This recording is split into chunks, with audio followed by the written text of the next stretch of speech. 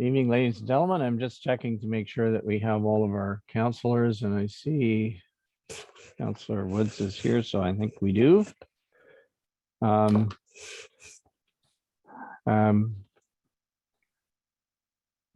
clerk, Michelle Hendry, is here. I see our fire chief on the phone and our treasurer, Manish Kulal. Is there anybody else that I missed or that we're waiting for, Madam Clerk?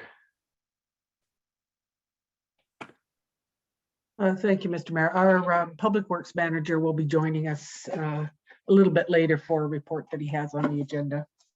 All right.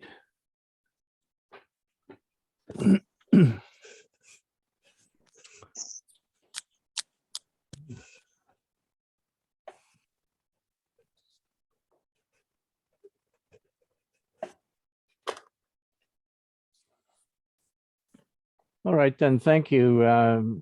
So I see that it's 6:31. So without further ado, I would like to welcome everyone and call this meeting to order. And our first item of business, as usual, will be the playing of our national anthem, followed by our Indigenous Land Acknowledgement Statement.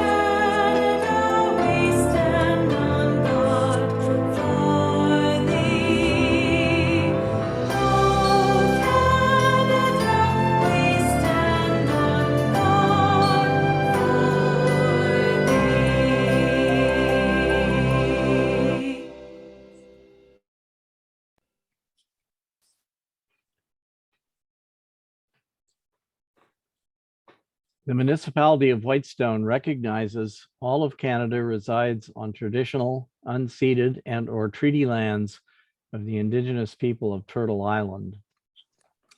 We recognize our municipality on the Robinson Huron Treaty Territory is home to many past, present, and future Indigenous families. This acknowledgement of the land is a declaration of our commitment and collective responsibility to reconcile the past and to honor and value the culture, history, and relationships we have with one another. I'll now ask if there is any pecuniary interest to disclose on the part of our councillors.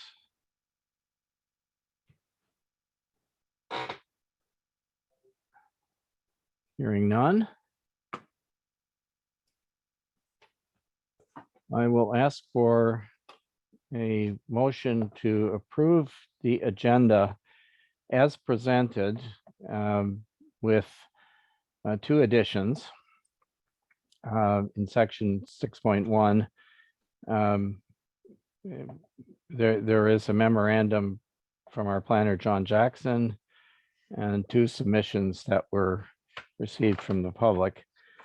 I would also note that when we get to I'm sorry, I've got to find the right item here, but anyway, there is in the staff report section, there is a or new business, there's an item related to the Association of Municipalities of Ontario conference, and my intention was to provide you with a briefing note on that. I did not have an opportunity to do that, so we will not deal with that item tonight. We'll deal with it at a subsequent meeting. So anyway, with those changes, could we get a mover and seconder for the agenda, please? I'll move it, Councillor Lamb. Thank you, Councillor Lamb, seconded by, I'll second. I'll second. okay, I got Councillor Graham Matthews first. Any discussion? All right, thank you. We have an agenda.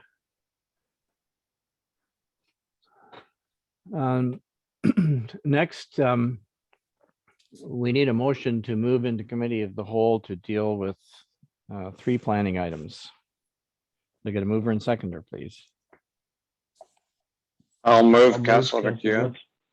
Okay, I heard Councillor McEwen move and the seconder was Councillor Woods. Councillor Woods. Thank you. All right, so we're at 6:36 p.m.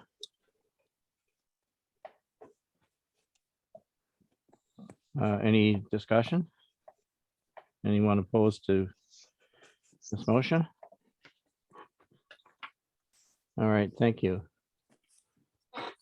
So we are now in committee of the whole, and the items that we have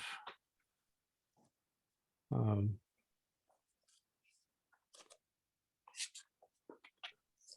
just scrolling ahead to the first one here, which you will find starting on page 7 of 175 in your package. It is a consent application for a property on Shawanaga Lake Road.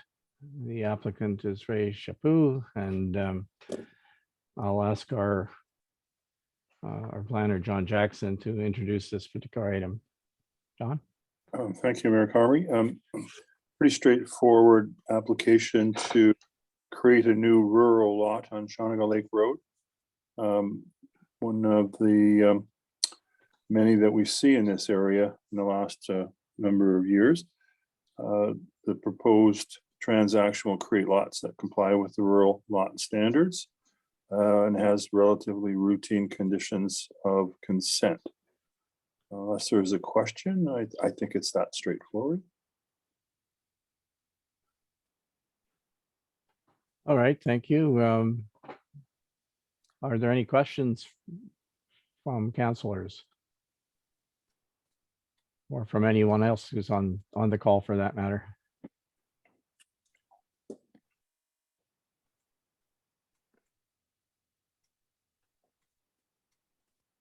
All right, going once. Okay, then, Councillor Lamb, just hold on. Oh, go ahead. John, on page 12 of my agenda,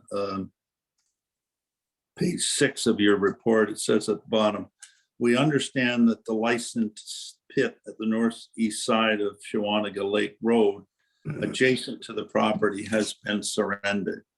Can you explain that, please? Certainly, the municipality has identified all of the historical licensed pits under the Ag Resources Act, and where there is a licensed pit in existence, it tends to, if you like, trump rural or residential development, so that we have to examine how any such development might compromise the integrity of the operating pit. But we know from the owner who's acquired that property that they will also be coming forward with the development. And when we inquired about the fact that there was a licensed pit, they've indicated that they have given that up. So they've forfeited their license, and ultimately that will no longer be zoned for pit purposes or operating as a pit. So it does not come into play in terms of this particular consent application. Okay, and they have formally abandoned or surrendered the pit? Is that what you're saying? Yes. Okay, thank you. Any other questions or comments concerning this application?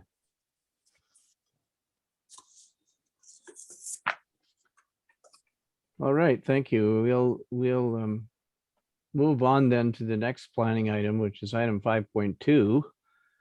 And this is our official plan amendment number 2 in process, having dealt with, which deals with landlocked parcels. Maybe a better term than the term that we were using previously, which was backlots. But that doesn't change what we're talking about, and trailers as well.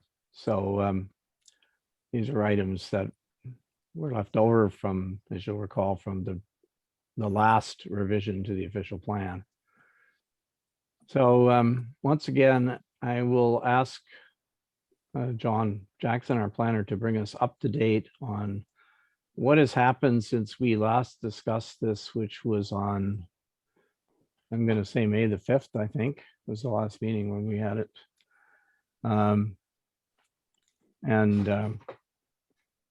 Maybe highlight, John, if you could, what's changed since then, please. Certainly. So the previous approach for allowing for lots that wish to be eligible for a building permit for a dwelling or a home that don't front on a public road or don't front on a waterway, it was to bundle, if you like, the ability to recognize these existing landlocked parcels, but also we added in that particular policy mix the ability to create new lots that didn't front on a public road, and that was subject to a number of criteria. So what we wanted to do was distinguish the need for those existing lots of record that are presently landlocked and not eligible for a building permit to be available for a building permit without the need for any assessments, rezoning, environmental assessments, agreements, maintenance, consideration of any standards or traffic impacts. And so we cut it down to the bare minimum that those inventory of 60 or so lots, plus or minus, that are essentially landlocked and not available to be developed can now be eligible for a building permit so long as this amendment gets adopted and approved. There still is the question about development in terms of new lots created that do not front on a public road. And does the wording that we have proposed in the current draft allow for that?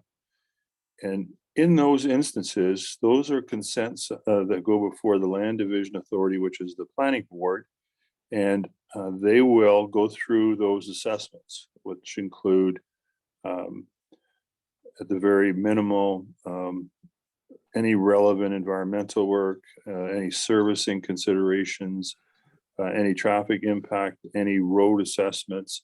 So they will naturally trigger those items where the existing bundle of 60 or so parcels will not.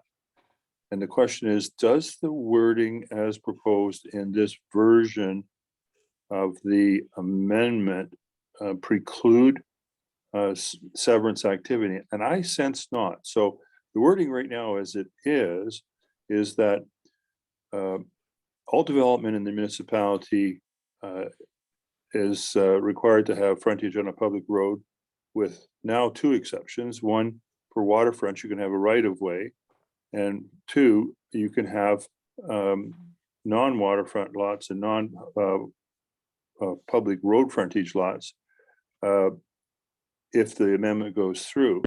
But I think that the wording as proposed wouldn't prevent the planning board from entertaining consents on those lots, so long as they go through the standard planning process, much the way that the process would be triggering assessments for waterfront or public road type developments. So that the wording where it says in 9.06, the exception being existing non-waterfront lots that have a registered right-of-way or some form of legal access are eligible for building permits. So I think that we can interpret existing non-waterfront lots to be lots that are approved by the planning board.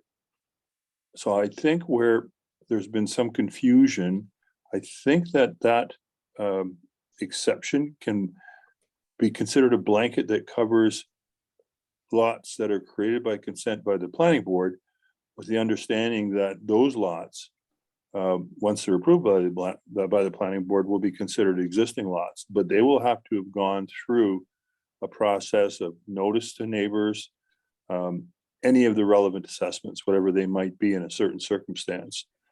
I'm not sure if that helps the council and members of the public understand the distinction, but I think that covers it, unless someone's got a suggestion for a wording that they would be more comfortable with. But I think we're covered with that language in this latest version. Be happy to try and respond if there are any further Yeah. comments. Mr. Mayor, Councillor Lamb. Go ahead, Councillor Lamb. Yeah, and I spoke to John this afternoon a bit on this. I read through our discussions that these lots of record, as you say, the non-waterfront lots, basically council felt they should be treated, whether you're waterfront or on backlot, they should be treated the same. So I'm a little uncomfortable with the wording, and I had a suggestion to amend 19 or 906, which I don't have the official plan in front of me here, but I think 906 says the only time you can build is if you're on a public road or you're on, or you have waterfront, and then it says except, and then there's a bunch of exceptions. So I would like to see, so it's very clear to people that they can not only get a building permit, but that they are eligible for development, which would include severance and that sort of thing. Obviously, to go through when they're severing and that sort of thing, to go through all the rigor, John, that you talked about. So in order to make it clear in my mind, I'm going to suggest that the subsection in 906 should read existing non-waterfront lots on private or unassumed roads that have a registered right-of-way or some form of legal access are eligible for development, including severance and building permits. That makes it very clear what our intent is, that if you've got a lot, you can get a building permit. If you want to sever that lot, if you've got 100 acres, and you want to sever it into 3 lots, then you have to go through the rigor, but you're eligible to do that. And it's very clear then in the official plan. So that's sort of what I'm looking for. And it kind of nails it down versus people in the future. John Jackson isn't around. Hopefully lives a long life before that, but and then we're trying to fish through words. That what I just said is very clear, and I think was the intent of council. So that's what I would say we should change it to. Thank you. Okay, thank you. Mr. Mayor, Councilor McEwen. Go ahead, please. Yeah, I concur totally with Councilor Lamb on this 9.06. I think he nailed it down pretty much exactly as in my mind we'd hope council would come to an agreement with. And then John is elaborating on the necessity of going through the proper channels when it comes to severance, consent, etc. So I agree pretty much word for word with what Councilor Lamb just said. Thank you. John, do you want me or someone to repeat what I said? What the verbiage was or not? Let me repeat it, see if I've got it, Joe, if I can. Okay, thank you. So it would now read existing non-waterfront lots on private or unassumed roads that have a registered right of way or some form of legal access are eligible for development in the form of building permits or consents. No, I didn't say that. I said are eligible for development, comma, Right. including severance and building permits. Okay, including severance and building permits. Okay, And obviously they have to go through, much more rigorous process if they want to, subdivide those lots. So I'm not in disagreement with, what you were saying. So I think essentially nothing's really changed in terms of what the intent was. It's just we've sort of nailed it down pretty clear. can I exchange the word severance for consents, just because that's the word that the legislation uses? Sure, as long as it would allow someone to Yeah. sever it, if that's what it means, and fine, yeah, whether it's severance or consents is up to you. You're the planner. Yeah, okay, that's the right wording, that's all. Okay, Okay. If I can interject for a second here, the difference though is that the severance in theory could include a subdivision, or the process could be consent or subdivision. I want to make sure that Councillor Lamb is not suggesting that it should be by subdivision. That it shouldn't be, pardon? You're not intending to include plans of subdivision in your under your when you said severance. I just think that if people have, as my example, 100 acres, they want to divide it in 3 and give 33 acres to each of their kids, they should be able to do that. Yeah. And go through whatever. Well, they can do that by consent, but if they want to create a subdivision consisting of 10 lots, they can't do that by consent.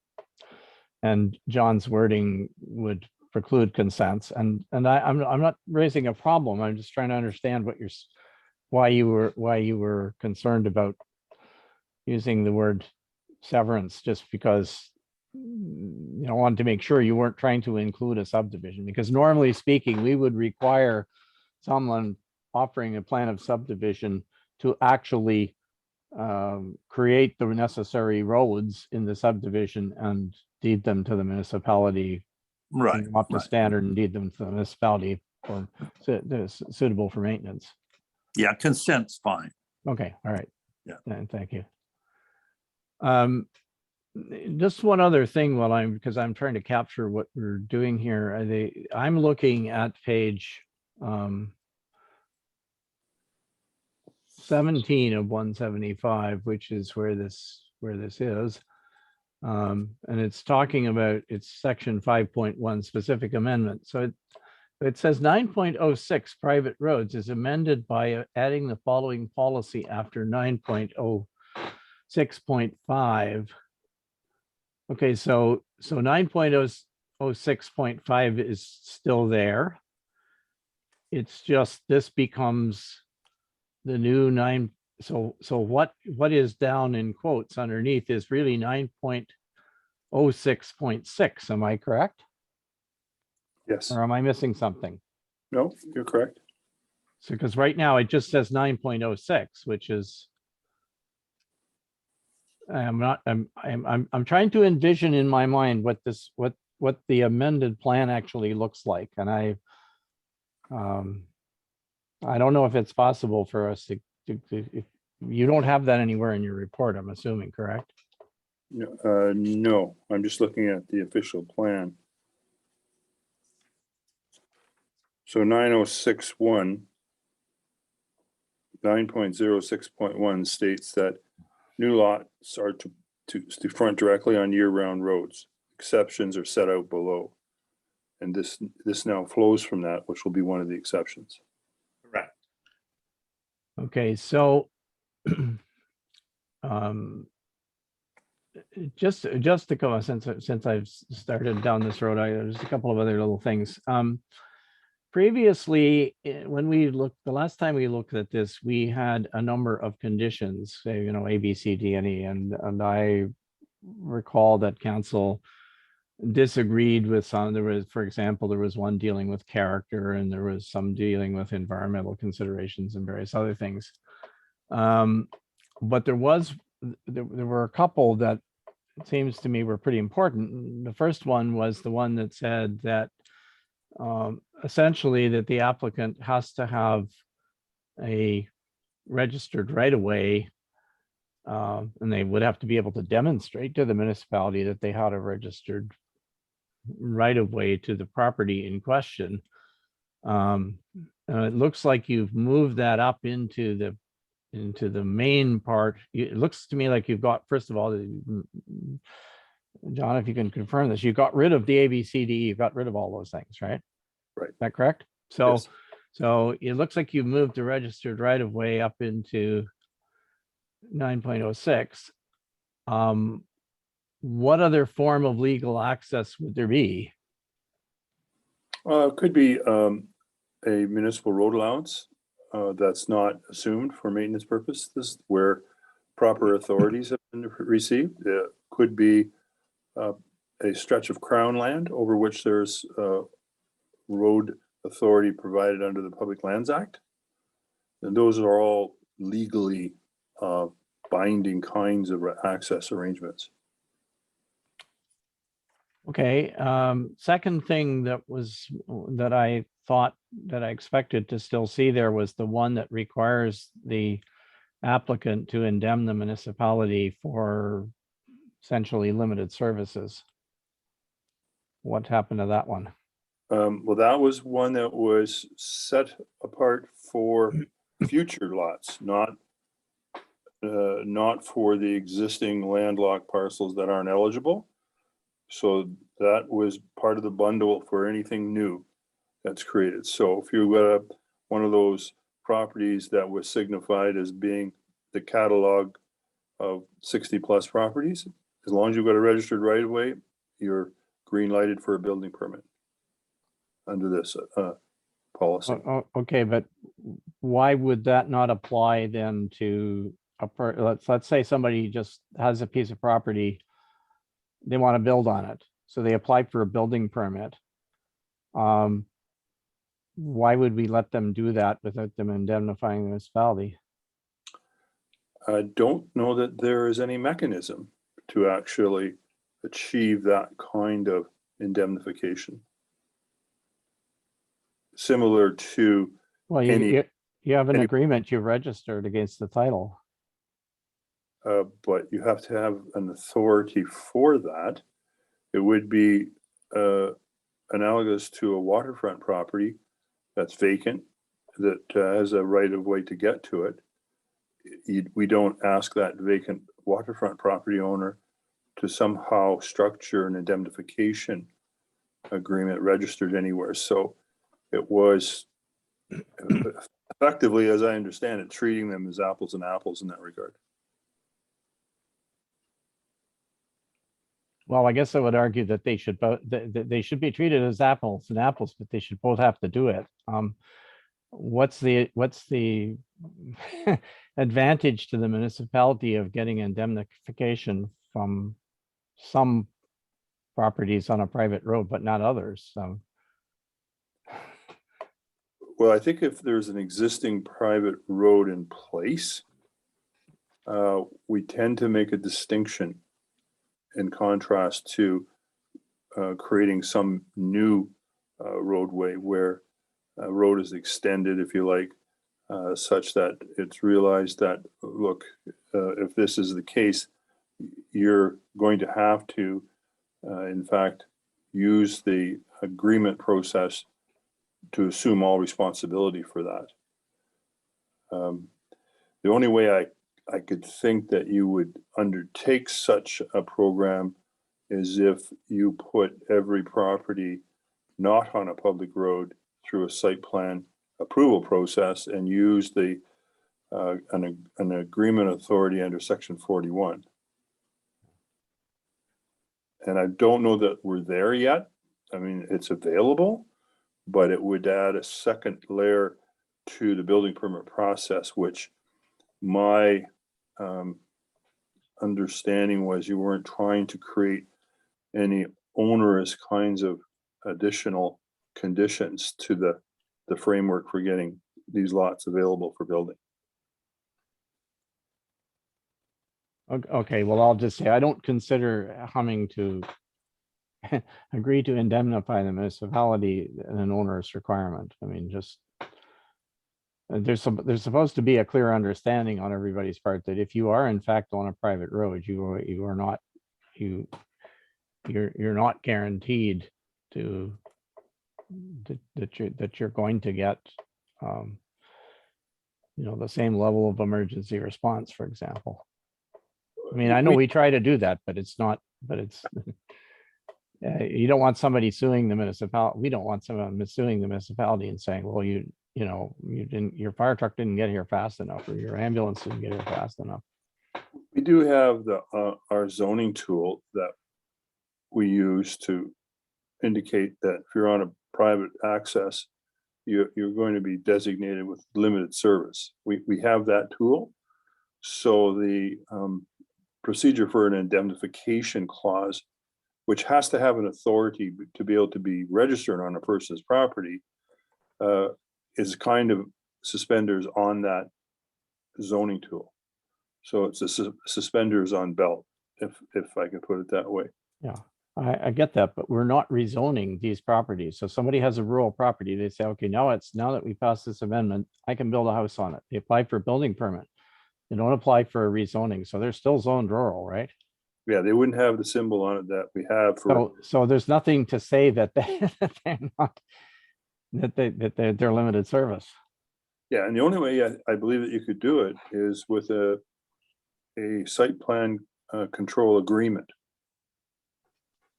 Okay, well, thank you. You answered my question anyway. I was trying to figure out what we're missing. So are there other questions or comments from councilors?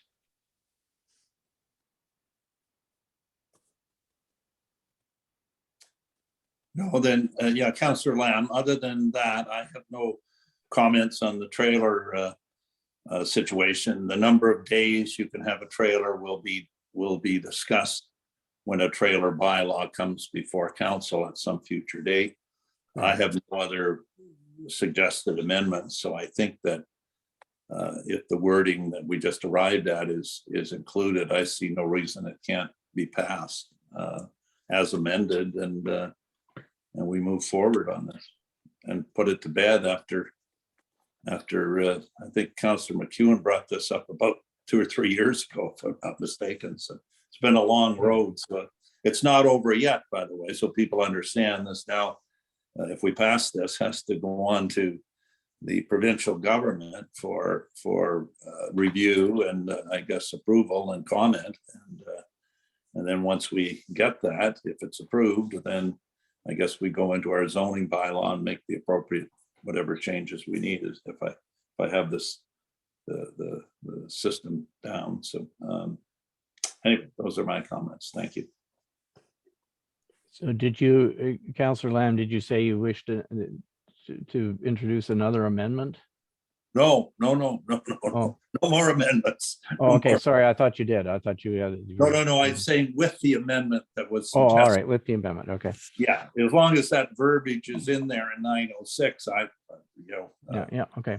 I don't know whether we're being asked in the motions when we come out of this to approve it, but certainly Yeah. I have no problem moving when we come out that as amended, this get Yeah. approved. So, okay, thank Yeah, you. we can if it's if council agrees, for sure. Yep, okay. So are there other comments from Councillor Gorham Matthews? Yeah, I was just going to say that I agree with the changes that have been made, and certainly I've mentioned before that I'd like us to discuss the number of days that trailers are allowed. I certainly support trailer use, so I understand that will come later. So Yeah. I certainly support us moving this forward for now and getting the feedback of from the provincial government. Okay, thanks. Councillor Woods, any comments?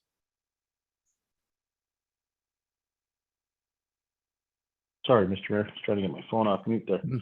Mm. Nothing that anybody else hasn't touched on already. As far as the trailers go, I guess we'll discuss the number of days when that comes back up through a bylaw. Yeah. I'm okay with what the changes that have been made, and I agree with what Councillor Lamb has said. All right. Is there a comment from anyone else who is on the call?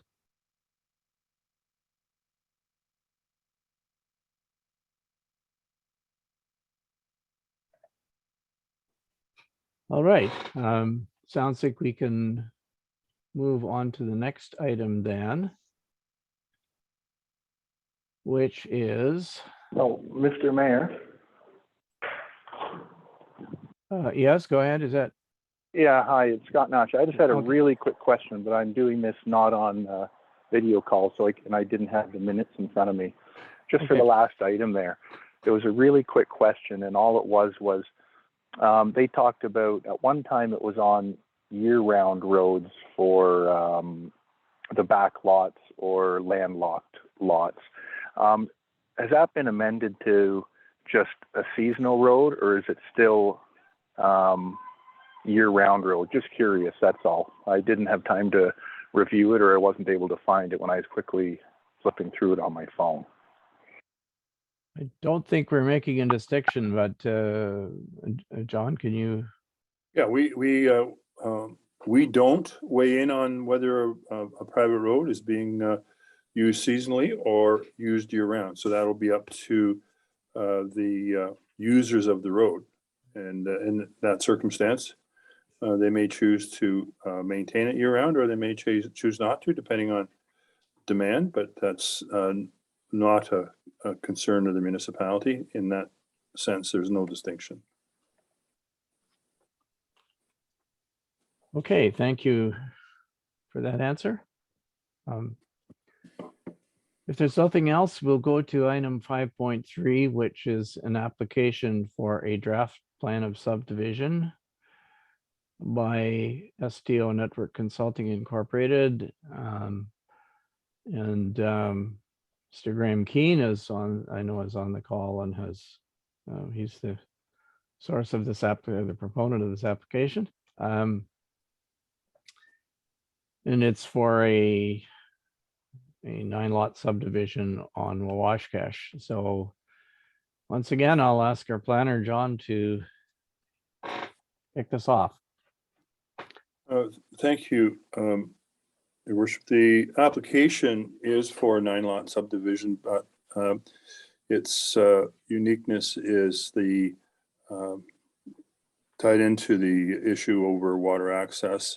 Typically, for most land divisions on those north and south basins, there is an arrangement that's tentatively proposed, or actually more actually specifically proposed, to use the government landing in Bennett's Bay, but have a parking facility on a nearby road. Second thing is that the kind of new ritual that we have to generally go through for subdivisions includes more rigorous and robust environmental work, and that has been done to protect those features, mostly related to McCormick's Pond on the west side of the property, which will be the backside, if you like, of these proposed lots for the most part. And there'll be protective features related to that. Of course, Wawashkesh also brings on the issue of potential floodlands, and so that's an element as well. What the CO and the planning clerk and myself thought would be helpful is to get it on an agenda more or less for FYI. We have circulated it to a number of parties, including the association. So I'd like to suggest that this is kind of the first look at it, and that at a subsequent meeting, the planning board would hope to get some kind of specific recommendations that we could add to the conditional approval of this. So unless Mr. Graham Keane wants to offer some submissions, or are there any questions, that's kind of like a first step in a process that I think will take at least another meeting for council to digest after it understands any concerns of the community. Okay, thank you.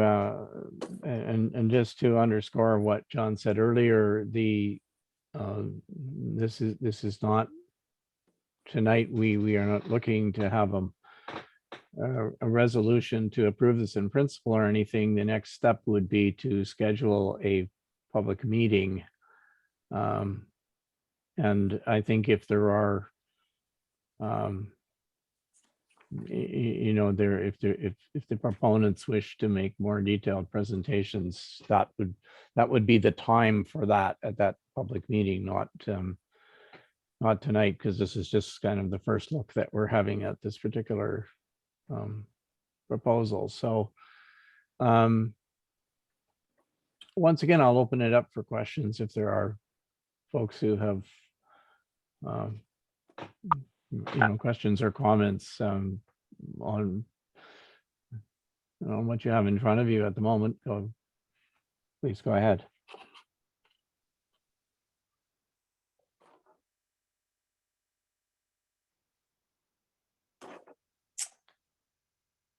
Yeah, Mr. Mayor, Councilor Go Lamb. ahead, Councilor. Yeah, I'm not going to say too much. There's a lot here to digest and a lot of regulations and official plans and things like that. Good for you, Mr. Keene, for bringing the application forward. And I look forward to the input of the association and others. I know whenever, on my time on council, one of the critical things has been that you get sort of deeded parking access on shore. So I take it that you've done that. Is it? And I guess my question would be, is it one parcel of land that will be able to accommodate the people who buy these lots and their guests and their boats and their trailers and whatever? Is the land that you're proposing for parking enough to accommodate all that? Because you don't want to necessarily stress the Indian Narrows or the Bennett's Landing parking area. So could you talk a little bit about that? Because that's Yeah, kind of an important aspect. thank you for the question. This is obviously the biggest bone of contention. The issue is having a conveyance where we actually are titling the property against the parking property. Yes, the parking property is one parcel of land that was created by Mr. Ed Bennett Sr. As a bylaw change. He created 25 lots, and even though we are only required to provide parking for 8 lots because we're grandfathered for 1, we have indeed purchased 10 lots to, on the recommendation of the Wabash-Kesh Association. Their concern was about what if there are visitors, et cetera, et cetera. So we went up and beyond the 8 lots required and purchased an additional 2 for visitor parking. So yes, it is on one lot off of Macy's Drive, I guess it is. When you say lots, you mean parking spots? It's a one parking area that is divided up into 25 individual lots that conform to the bylaw or the official plan. So we have purchased 10 of the 25 that were created back in 2010 by Mr. Bennett. Okay, so I guess not, just so I understand, how big's a lot? You call them lots? Like you said, The lots, yeah, the lots are in conformance with requirement. Mr. Bennett created 25 lots in his main lot that conforms to the waterfront requirements. Okay. John, can you help me? Is a lot of parking spot or is a lot of Yeah. lot? Well, it's a good question. It's a hybrid. And if you may recall, or may predate you, but I think maybe you were still on council at the time, that Mr. Bennett, thinking outside the box, created 25 separate individual conveyable parcels to accommodate mainland parking, which included an area that was big enough for a trailer and a car and access to it. So My sense, if I recall correctly, it's 100 square meters or roughly 1,100 square feet per conveyable parcel. So these parcels will be attached. So parcels, call it 13, might be attached to lot number 7 in this subdivision. So they will go hand in hand whenever they're transferred. So when you buy lot number 7, you're going to get parking space number 13 on the mainland. I see. Okay. At some Essentially, point, we have to figure out how we're going to convey the 2 additional lots for visitor overflow parking, which we did as a result of our transparency with the Wabash Association. okay, thank you. Other questions or comments from councilors? Councilor Gorham Matthews. Just while we're on this topic, I know we're going to go with this all in much more detail, but with regards to the parking is a significant ways from the landing. Is there going to be docking at that parking area as well, or everyone's going to have to walk back to the landing to get into their boats to get over to their properties? Well, as per previous agreements, the conveyance is on the parking only, and the government dock, of course, you cannot convey against because it's government owned. So the walk from the parking, the conveyed parking, would be a 3 to 5 minute walk to the government dock.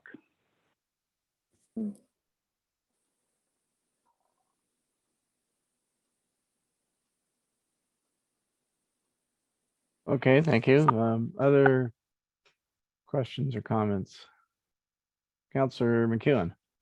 Yeah, thanks, Councillor, or Mr. Mayor. Just a comment that I'm pleased that we have a bit of time to look at this.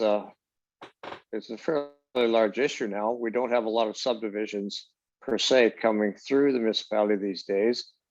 And certainly Wabash Lake is a very significant lake in our municipality. So it will give association and local people and those applying for the certainly the subdivision to be able to work things out and hopefully come to some reasonable agreements. We'll have to come before planning as well, as Mr. Jackson had mentioned. So it's a good step to begin this process. Thank you.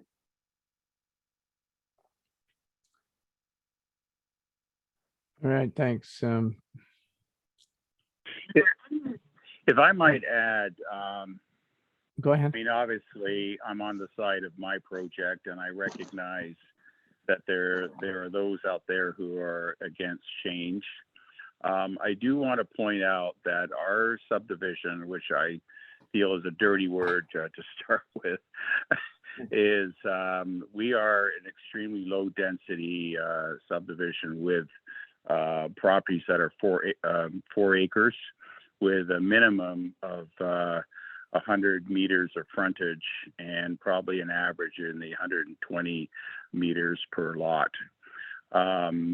We feel that because of our proximity to other homes in the adjacent area, that we are indeed even less intrusive than others around us.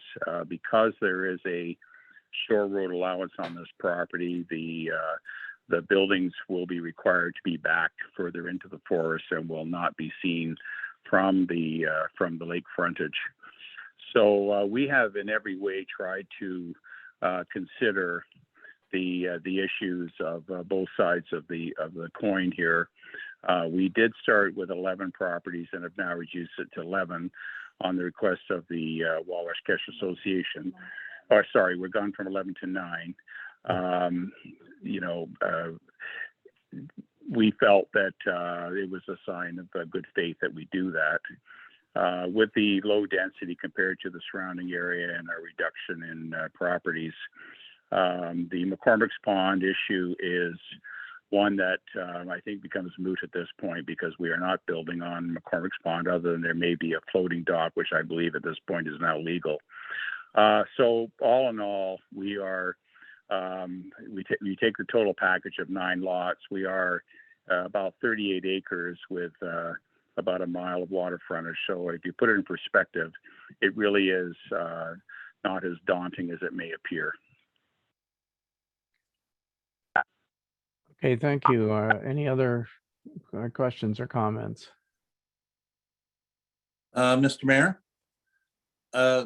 Councillor Lamb? Go ahead, Councillor. Yeah, just based on what Mr. Keane said to John Jackson, he talked about, you know, the footprint will be way back in the lot because there's a shore road allowance. But to be sure, if you sold the lot, Mr. Keane sold a lot to someone, they could then, correct me if I'm wrong, they could then come to the municipality and say, I want to buy that shore road allowance and therefore, you know, own it. Is that still correct, or is it, or can they not do that because it's waterfront? No, Or no, is it water they- access? Yeah, they can do that. If I recall the plan, I don't have it open at that page. I think part of it's flooded, so only the portion that's above the controlled watermark would be available, but they could. Okay. But many historical lots were built without any rules, and I think the contrast here is that there will be the full front yard standards apply here, where they may not have existed on predated. Sure. Yeah. And I think And that's I might- 50 feet back or something, isn't it? 45 feet, yes. How many? 45. 45 feet back. Okay, thank you. And I might add that it's Graham Keane again, that rule could of course apply to anybody on the lake. You know, I think we're looking to be treated the same as anybody, and there are, yes, we can't predict what the new owners would be or what kind of cottage, even though the Wawashkesh is a controlled zone in terms of ensuring that we are in fact conforming to the general character of the lake.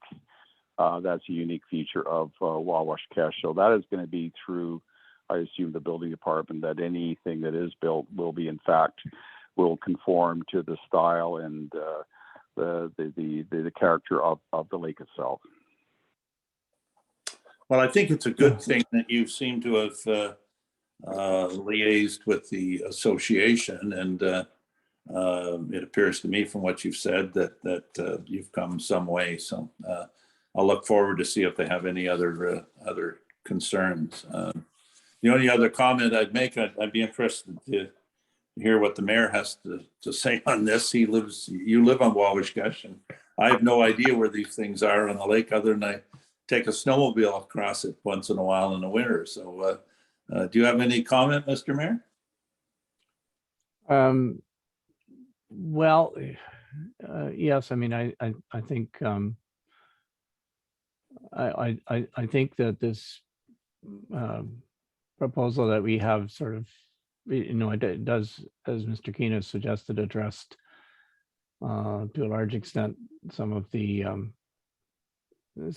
concerns that were raised initially, particularly with respect to you know, McCormick's Pond. Just further to the question of where you can build, there is an interesting diagram, which is, it's page 33 of 175 in the main package, the PDF, but it's, I think, page 15 of their consultants report. And this shows this shows the flood elevations, and the thing that I was going to point out to you was that you'll see there are two lines. There's a blue marked area, which is the sort of annual seasonal flood elevation, but then there's the theoretical flood elevation below which you essentially can't build. So you're going to see that that reinforces what Mr. Keane said, that the properties will be back somewhat from the shore, even if the people were to purchase the shore road allowance, it wouldn't necessarily permit them to move the cottage closer to the shore. I think the interesting thing though is that you'll notice that there is one lot kind of in the middle of that diagram where the it looks like it's a bit lower elevation, and it looks as if a good chunk of that lot might be below the seasonal flood elevation, which I guess raises in my mind a question as to whether or not there would be an appropriate siting for a septic system on that lot. And Graham, I don't know if you've done any investigation into that or not, but that's a problem that we have with the fluctuations of water, the high extent of the annual fluctuation in the water level on the Washkesh, that we've had people in the past build septic systems that are essentially below that elevation line. And what happens, of course, in the spring is that the whole thing is underwater. Mr. Mayor, I'd like to address that. I mean, first, in terms of building, obviously the bylaw or the official plan reads that it's the threshold of the property or the building that is to be at the 229.57 flood level. So that's a matter of pylons that bring you up above that level. What you see on the map is, of course, the topographical levels of the land itself. In terms of the septic, we are, of course, at the mercy of the authorities that dictate what the rules and standards are, and that is the North Bay, whatever. Mattawa, yes, exactly. That determine that, and I'm not sure whether that's within the guidelines of which we need to be concerned about. It's an issue that I think maybe for them, if I could be as bold to say that, we are going on following the rules, the bylaws, the regulations to conform to whatever. Each step of the way is something that we have to be aware of. And if in fact we are not in conformance with the septic requirements, then we are indeed going to have to do an above ground septic that conforms to their engineers' requirements. And I guess we can go around the table a whole bunch of times on this, but it really is in the hands of the authorities that know what they're talking about. No, I agree absolutely. I just usually advise people to, I mean, the rule is this: if you have to get a septic permit first before you can get a building permit. So you have to satisfy, sometimes when you are subdividing property, you take a look and say, well, the way I'm going to subdivide it is a function of where I think there's going to, not just what's a good building location, but what's a location to build a septic system that is cost effective and doesn't involve you having to pump or do other things. That's all. Totally understand. Yeah. I guess the issue at this point is we're proposing 9 lots, and if in fact we divide up a lot and one of the lots are a dud because we can't conform to the rules and regulations, then in fact I guess we got an issue on our hands. But I'm not experienced in what the responsibility of council is to determine the engineering requirements of the various aspects of this project. Or is their job to in fact determine, are we in fact conforming to the official plan, which I believe we are.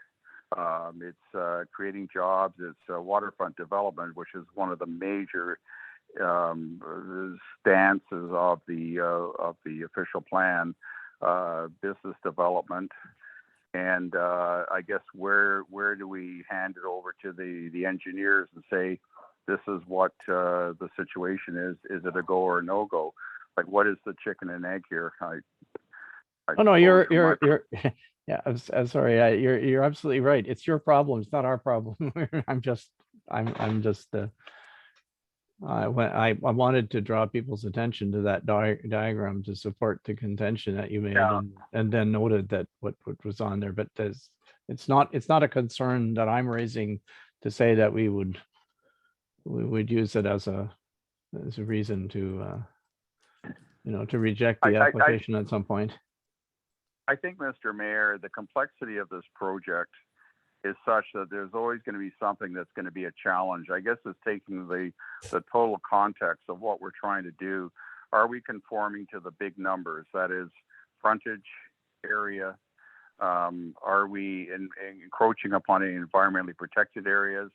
We've gone to the extent of doing a complete environmental study of fish habitat, where docks can go, which is only a recommendation, by the way. We feel that we are probably one of the lowest density subdivisions around. If you look at to the south of us, or Indian Narrows, we are nothing even close to the density that they're at. We've gone through every aspect. I've taken great pride in liaising with the Lake Wawashkesh Association. They've offered some incredibly good suggestions, which we've heeded, and it's turned out good. And I think we have a good relationship. No doubt, sir, there's going to be those that don't want any kind of change. There are people that don't want others playing in their sandbox, but it is not just about us as residents on this lake. It's about the 10 people we're employing full time, establishing a business on the lake, waterfront development, which is a huge part of our official plan. And we just feel really good about this. But unfortunately, there's always going to be some negative. And I got to put my big boy boots on and just suck it up and say, I believe in what I'm doing. But unfortunately, there are those that don't, because it changes their way of life. But if we want to really go back into time, we can go back to the Ojibwe Indians and say, let's go back to square one, where we're canoeing with birch bark canoes across the lake.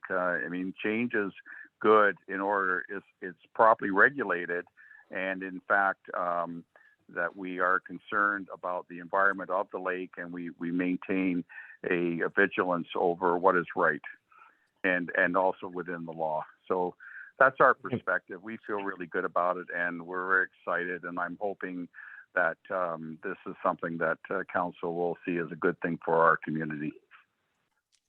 All right, well, Thank thank you for that. Is there any other comment before we move on? Okay, we will come to a resolution in respect to this in a few minutes, but if there's nothing else, I'd like to in the interest of time, I'd like to entertain a motion, to reconvene to the regular meeting. I'll make the motion, Councillor Lamb. Councillor Lamb moves, seconded by I'll second. Councillor Woods. all right, well, Councillor Woods, I heard Councillor Woods and I saw Councillor Gore Matthews, so we'll give it to Councillor Woods. This meeting we convened and it's 7:33 p.m. And can I assume that no one is objecting to this motion? All right, thank you. We are back from this, and that we have now some matters arising, and the first one was the application in 5.1. Mr. Chaput. I'll read the motion and ask for a mover and seconder. Whereas John Jackson Planner Incorporated has prepared a report dated May 10th, 2022 for the Parry Sound Area Planning Board regarding consent application B15/2022 Whitestone. The applicant is Chaput, and provided a copy to the municipality of Whitestone. Now therefore be it resolved that the council of the municipality of Whitestone receives this report as information, and that the council of the municipality of Whitestone recommends this consent application for approval in principle, subject to the following conditions.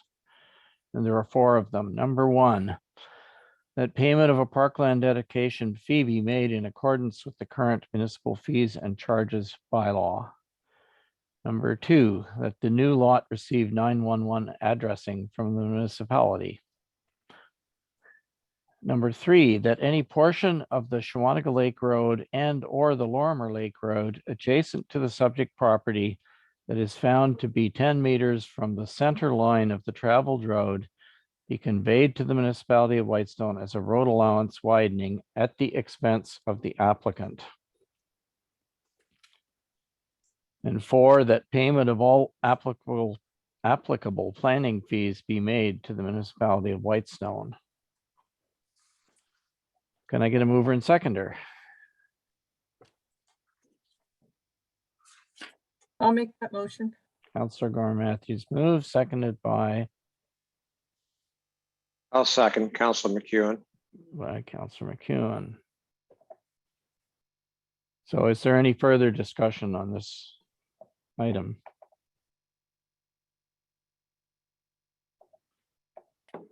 If not, I will ask our clerk to call the roll for the vote, please. Councillor Gore Matthews, Yes. Councillor Lamb, Yes. Councillor McEwen, Yes, Councillor Woods, Yes. Mayor Conry. Yes. Thank you. That motion is carried.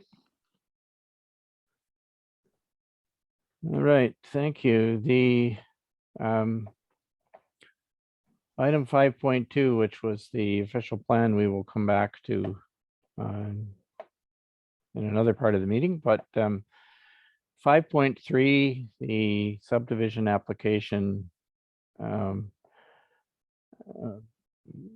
we just dealt with Mr. Keene. Again, I'll read the motion and ask for a mover and seconder.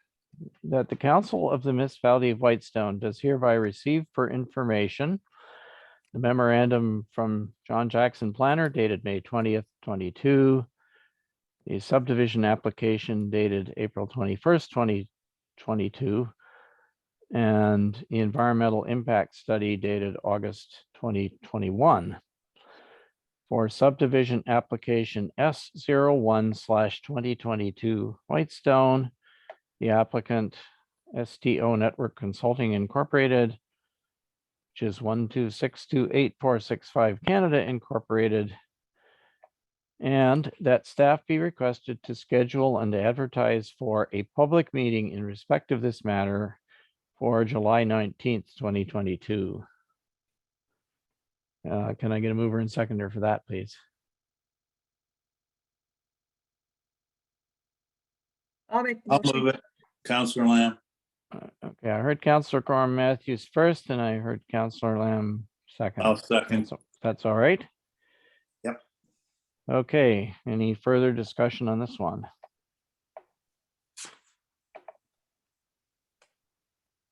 Is there any opposition to this motion? Okay, hearing none, I'll declare it carried.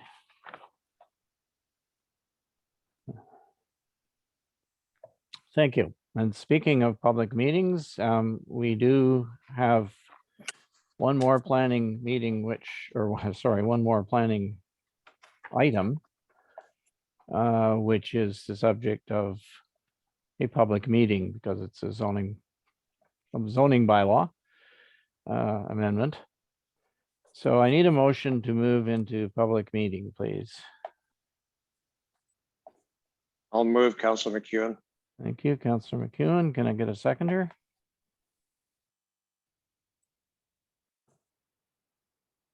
I'll I'll second second. Councillor Lamb. Okay, we got Councillor Lamb. All right. To move into public meeting at 7:39 p.m. Is anyone opposed to this motion? All right, hearing no opposition. So just a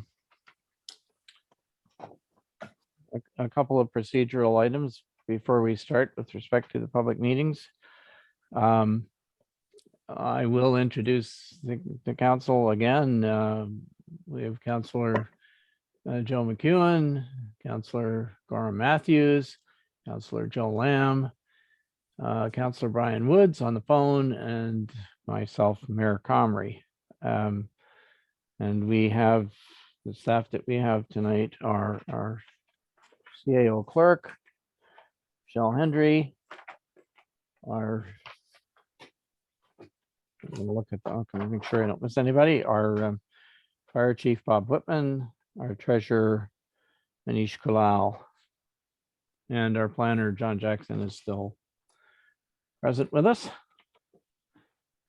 So I'll ask again if anyone has who's planning to speak to this has a pecuniary interest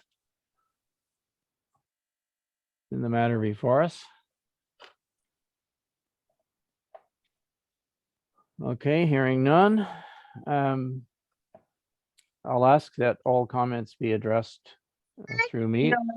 No, you can't go as a newbie, but I'm sorry, could I ask you if you don't have your phone muted?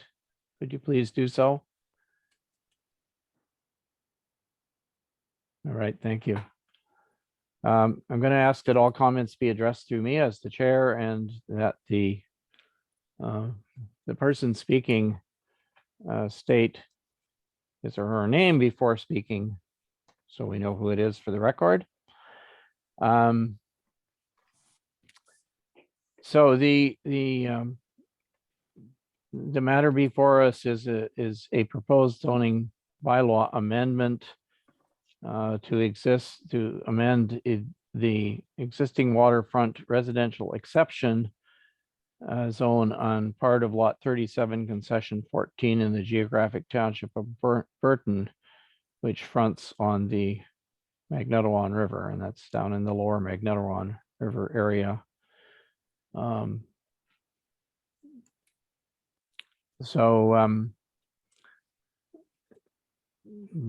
first item of business, I guess, would be to ask the clerk if any letters or related correspondence have been received, and I think you already know the answer to that, but Madam Clerk. Yes, thank you, Mr. Mayor. Yes, there were 2 submissions received, and those were are included in the agenda now. One from Don Taylor and one from Catherine Creek. All right, thank you. Next, I will ask our planner, John Jackson, to present his report and to speak to any of the correspondence that's been received. John? Thank you, Your Worship. This is a zoning bylaw amendment that has come along as a condition of a consent by the landowner who had previously received a consent on a point of land that is at the nexus of the Magnetawan River and the Harris Lake water system. One of the previous conditions of the consent of this landowner was that the lots be zoned for their existing frontages and areas, so that a further assessment would be necessary if there were any further considerations. The gentleman who owns the property acquired an adjoining property that gave him considerable frontage that allowed him an eligibility to be considered for further land division. So he has created 3 new lots, but because of the previously underlying zoning, that zoning is also required to be adjusted as a condition of this consent. So it's somewhat perfunctory. The consent went through a review by the planning board with its attendant circulation to council and neighbors. And this is simply fulfilling that last condition. The neighbors have 2 neighbors, Ms. Creek and Ms. Taylor, have made comments about the potential impact on the Magnetawan Provincial Park System. These lands are patented, not part of the park. There was also concerns about endangered species impacts, and tried to clarify that the species of concern were actually not endangered but threatened, just a mere technicality, but there is a difference in terms of how one measures the impact of those critical things. The other important idiosyncrasy, if I can call it that, with the Ministry of Environment that administers the endangered species legislation is time after time when we contact them, they indicate that putting lines in the ground is not how the legislation gets triggered. It gets triggered when there's any construction.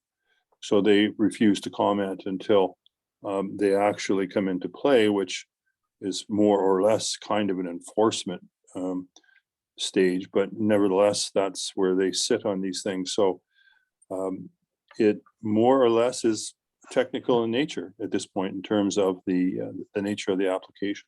Thank you. Okay, thank you. I haven't noticed if the applicant, Mr. Jensen, is on the call, but if he is and wish to speak, I would give him an opportunity to do that at this point. Mr. Jensen, are you there? I don't see your name, but there's some numbers that phone numbers I don't recognize. All right, so it sounds like he isn't. I guess then we're open to questions and comments from the public.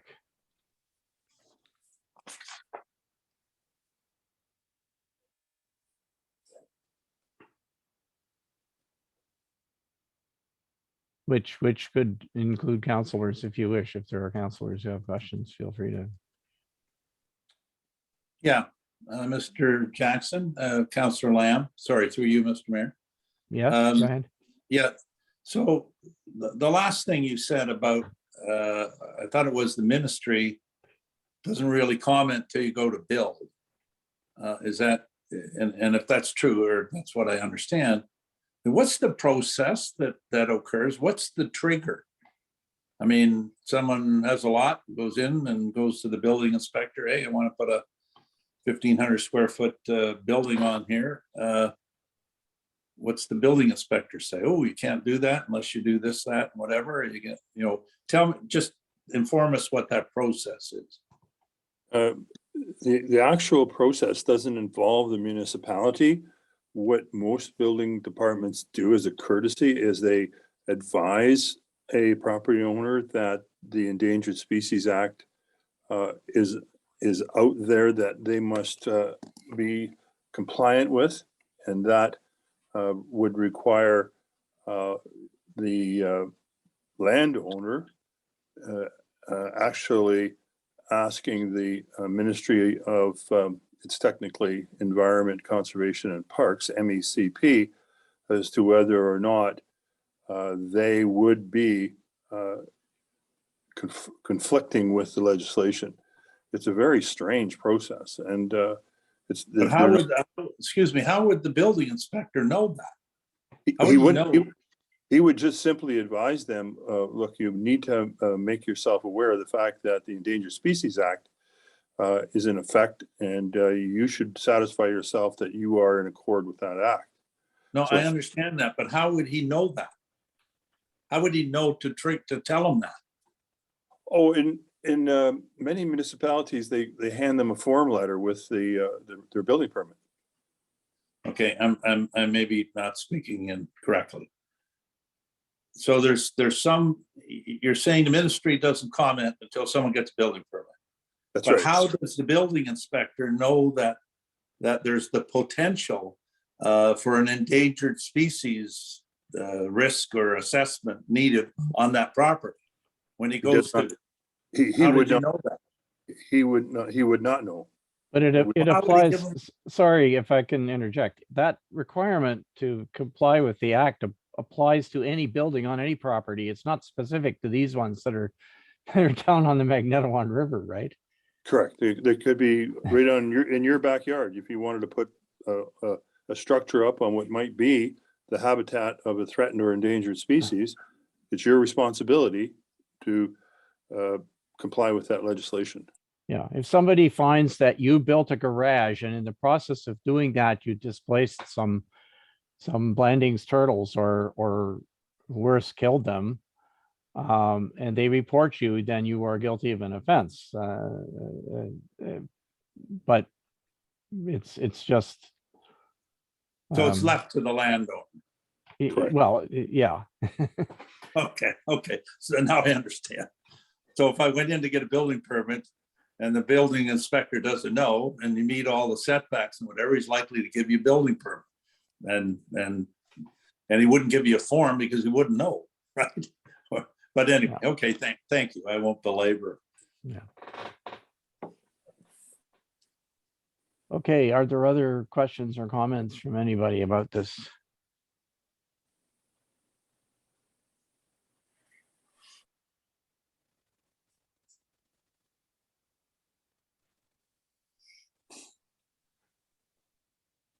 Okay.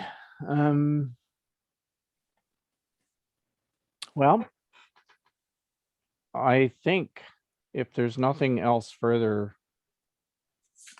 in regard to this, it's I can entertain a motion to adjourn the public meeting and reconvene into a regular meeting. I'll make that motion, Councillor Lamb. Thank you, Councillor Lamb, seconded by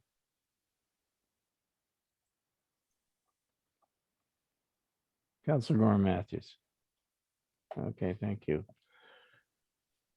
At this meeting, we reconvened regular session at 7:51.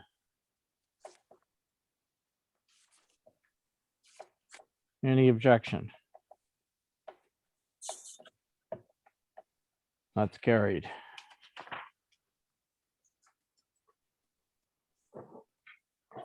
All right, next we have our consent agenda. And I'm just going to scroll ahead till we get to it. It consists of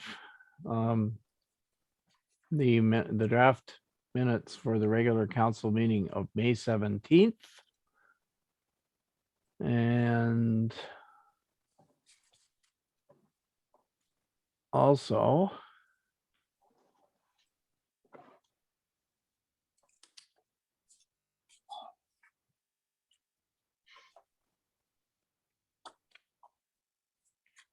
I apologize, my screen is a little bit slow scrolling here for some reason or other.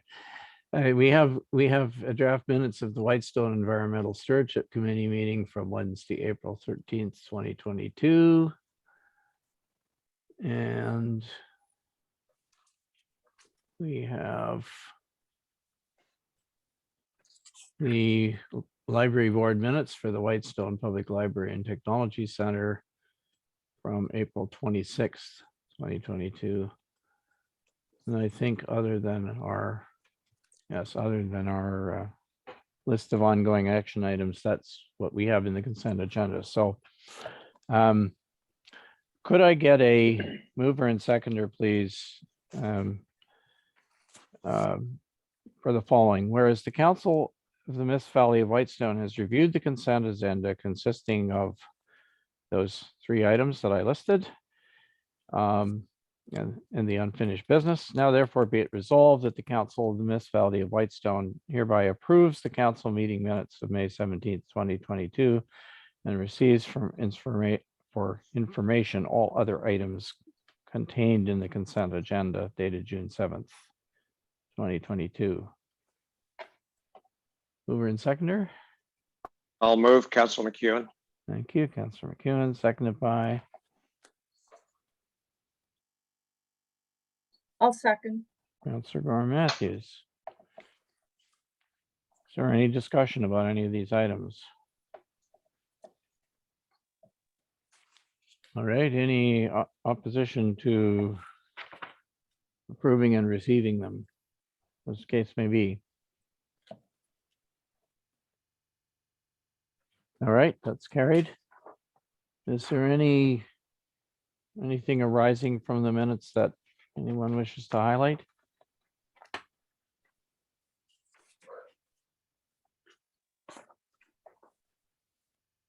All right.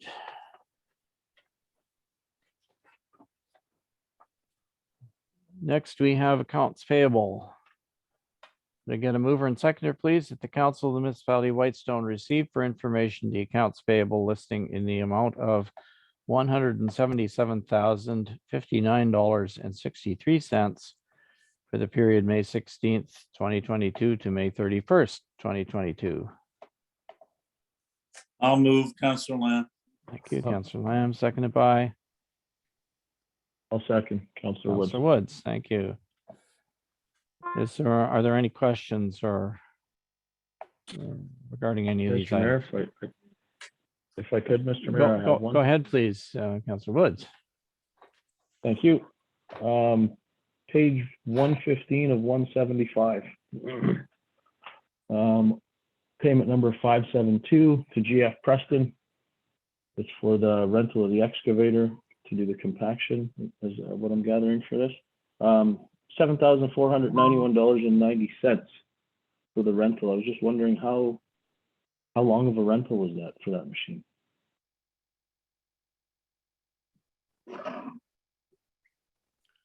Could anyone answer that question? Our public works manager is with us, Oh, okay, thank you. so perhaps he could step in. Yes, David, thank you, welcome. Mr. Mayor. That is for a month rental, and that does include HST.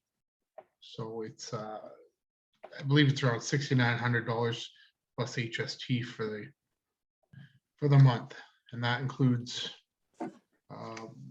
the equipment, that brand new machine with 2 buckets and wrist to twist for us, and that's about the biggest size we can go, and still work in one single lane and allow for traffic to move beside us, and allows us to work in a moving operation down the road while we're ditching. Okay, thank you very much. Mr. Mayor, Go ahead, Councillor Lamb. just on that, I don't know whether that's right. I beg to differ, but it looks to me when I'm looking at the entry that it's 3373.35 twice. So it looks to me like it's not 5,900 a month, it's 3373.35 a month, and this $7,400 payment is for 2 months. Am I wrong, or?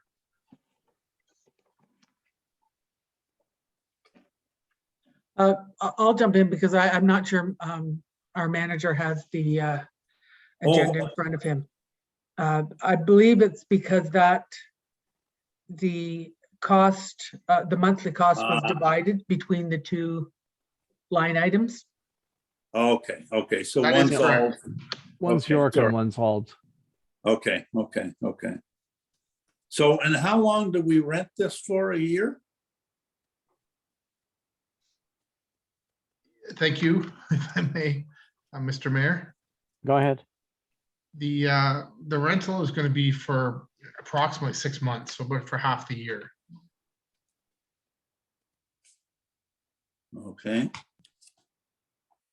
So better part of 50,000, right? It'd be in the low 40s. Yeah, low 40s. 42, 45,000, right? About that, yeah. I mean, it sounds silly, but if we bought an excavator and had it on payments, would we be paying more or less than $45,000 a year? It If would we be- need that if we need this each and every year, and we're renting it for that amount of money, I guess, is there any, what's the payback, and what's the dollars involved in not renting it, but buying one, I guess is my question. I'm going to jump in here, Mr. Mayor. This question, it's through you, Mr. Mayor. This Go ahead. question was asked a couple of meetings ago, and it is a project that Dave and I are working on. We're working on a pro forma to look at what it would cost to buy an excavator You know, we'll look at everything from depreciation and maintenance costs and that kind of thing. And Okay. look at it in comparison, rental versus purchase. So that is coming. Okay, We thank just you. haven't got there yet. That's a good question, Councillor Nam. And Okay, it was thank Councillor Wood's original question, I believe. Yeah, I guess I missed that it was coming back as a cost benefit analysis. So that's fine. That's great. Okay, thank you. Are there any other questions? Yes, Mr. Mayor, I have one more. It's just again along the same way. At one point, we kept talking about the propane. We're with Moore Propane, and we were gonna, at some point, go out to competitive bid with other companies. Did I miss it? Did we go out, or where does that project stand? If I may, Mr. Mayor, Go ahead. that did go out for tender. I did intend to get that report into this council meeting, and I do apologize. I didn't quite make this meeting. It will be on the next meeting, but it did go to tender, and we do have results from that. Okay, thank you. Okay, anything further on payables? If not, is there any opposition to us receiving this information?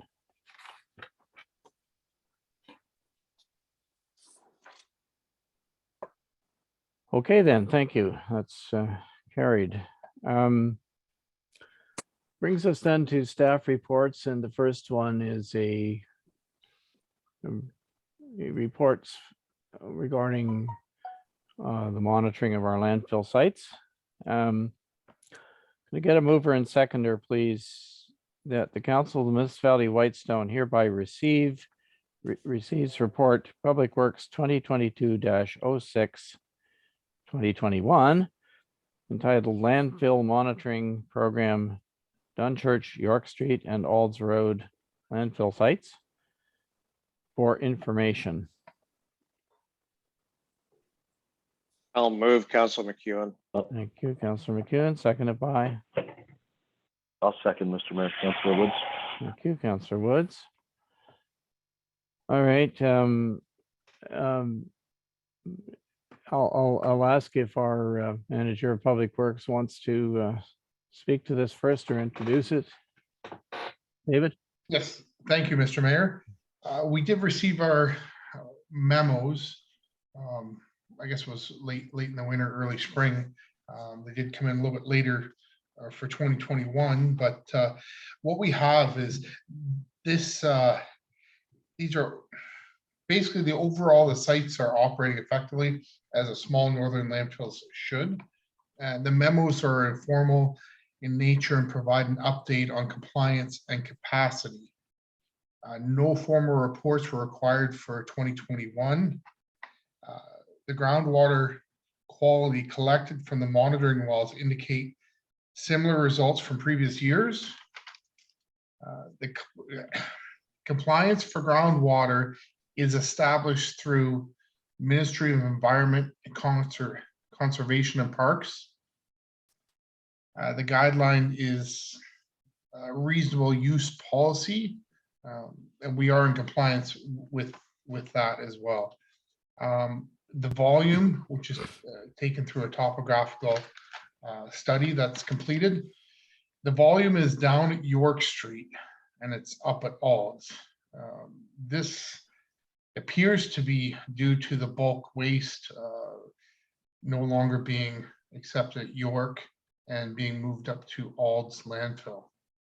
So we're seeing the shift in volumes. And for reporting, in 2022, we have a topographical survey, environmental monitoring, and another memo coming for each landfill site. And upcoming in 2023, we have Ministry of Environment, Conservation and Parks submission that's required for both sites as well. We have this year, we used our all of the tree waste and yard waste We ground up last year. We use that as cover this year, which seemed to work quite well. And the hope is that that will break down and take up less room rather than, let's say, sand or other cover materials. So we're looking also at what other bulk items can also be ground up, because when we were grinding it up, there was garbage in there, some waste, some bulk items that were ground up as well. That all can be used as cover. So we're looking at that this year, and it looks like it may help with saving a little bit of room going forward as well.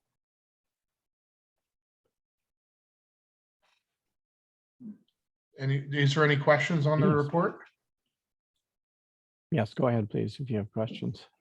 Mr. Mayor, Councilor McEwen. Go ahead.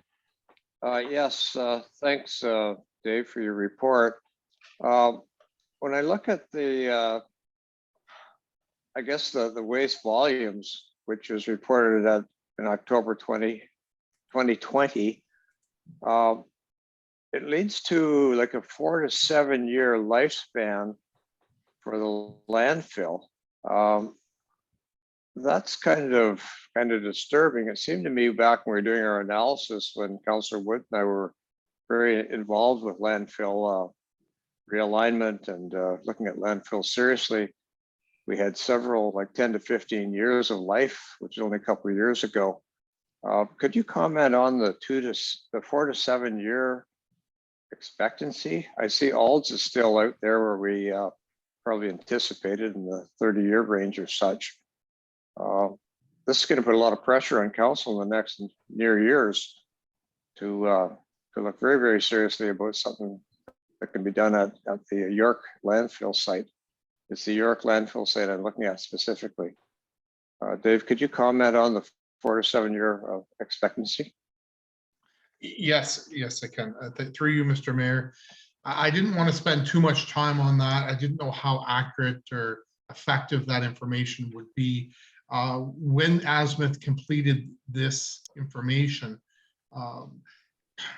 they did to the best of their best guess. So they did the topographical. They did not have, let's say, square geographical shapes, because the landfill, the current footprint dives in and out, and there's odd shapes in there. And they did try their best to try and get good numbers. That being said, we have been working this year, as well as last year, trying to creep into a more of a uniform geographical shape to get better information. So I believe there's better information coming this year that we can look at. Also, the formula they used was for a higher volume per year count, double what we currently were. So if you use our current rates, which it appears that we're continuing on with, those rates would be 8 to 14.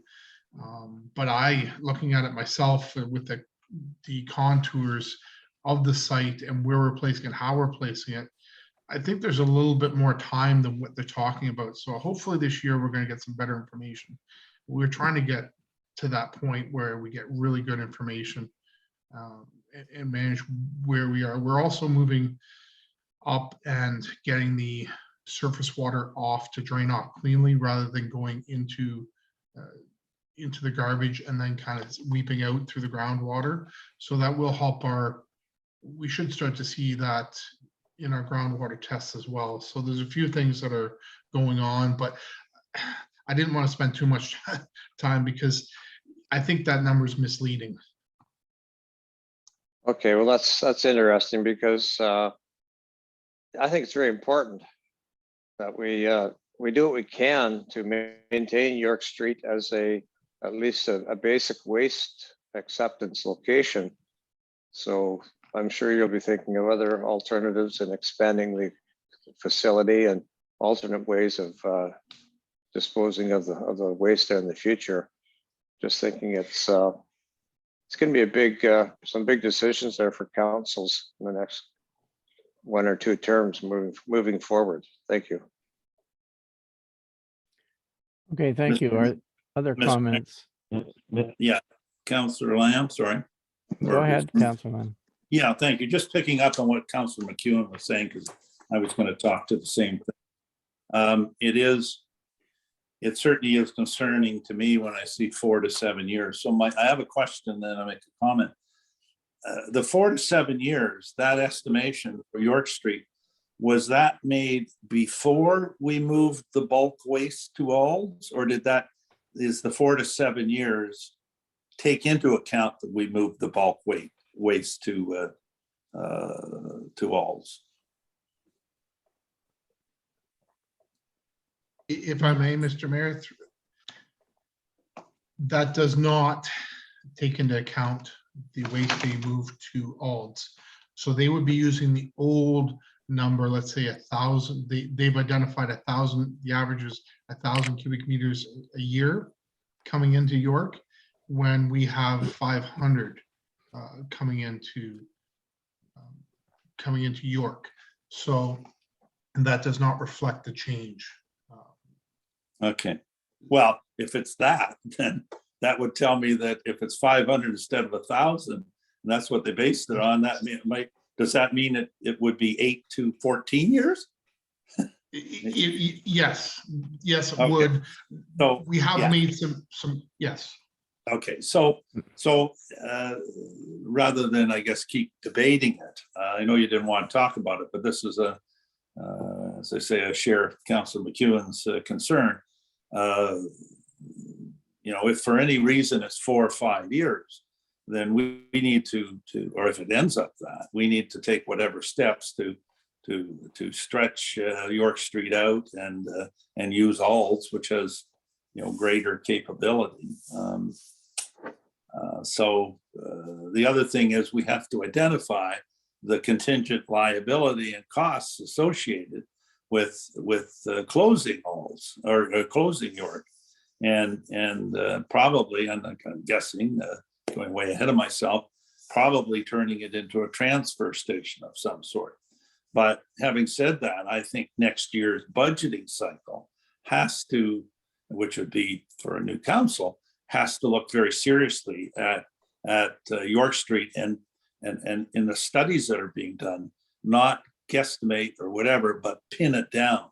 What is it based on bulk waste going to Alds and with the current level? And it's not going to get any less per year, right? There's more people moving up here. There's more lots being created. There's more everything. So we need to really look carefully at that and maybe start putting more reserves towards the closure of York, so that we're not looking at, I don't even know what amount of money it would be. So those are just comments that staff hopefully will take into account when we move towards next year's budgeting process. Thank you. Mr. Mayor? Go ahead, Councillor Woods. Thanks, Mr. Mayor. Listening to what Councillor McEwen and Councillor Lamb had to say, Councillor McEwen, I know we went over this exhaustively when it came to the dump. We put in a lot of hours to make some changes there that I think is beneficial for everyone. But the last report, and someone can look it up and correct me if I'm wrong, but I think I'm pretty right on this one. In 2018, Azimuth told us that we had 8 to 12 years life expectancy at York Street, provided there wasn't any changes in the amount of garbage. We have a lot more people that are staying here year round and using their properties more, which is going to definitely produce more garbage. That 4 to 7 year timeline, me personally, I would say that's pretty accurate. But I'm the guy that likes to hope for the best and prepare for the worst. So absolutely, for this next round of council, there's going to have to be some serious thought put into what we're going to do when that facility closes, because the reality is it's running out of time and there's not much we're going to be able to do to extend it. So that's going to be a very, very important thing for people to pay attention to. Don't forget about our landfills, because it's going to cost a lot of money. I'll just leave it at that. Thanks very much. Okay, thanks. Are there any other comments or questions on this report?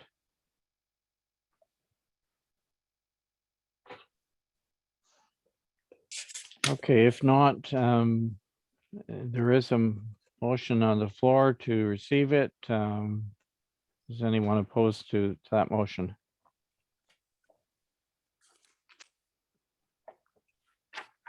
All right, the report is received and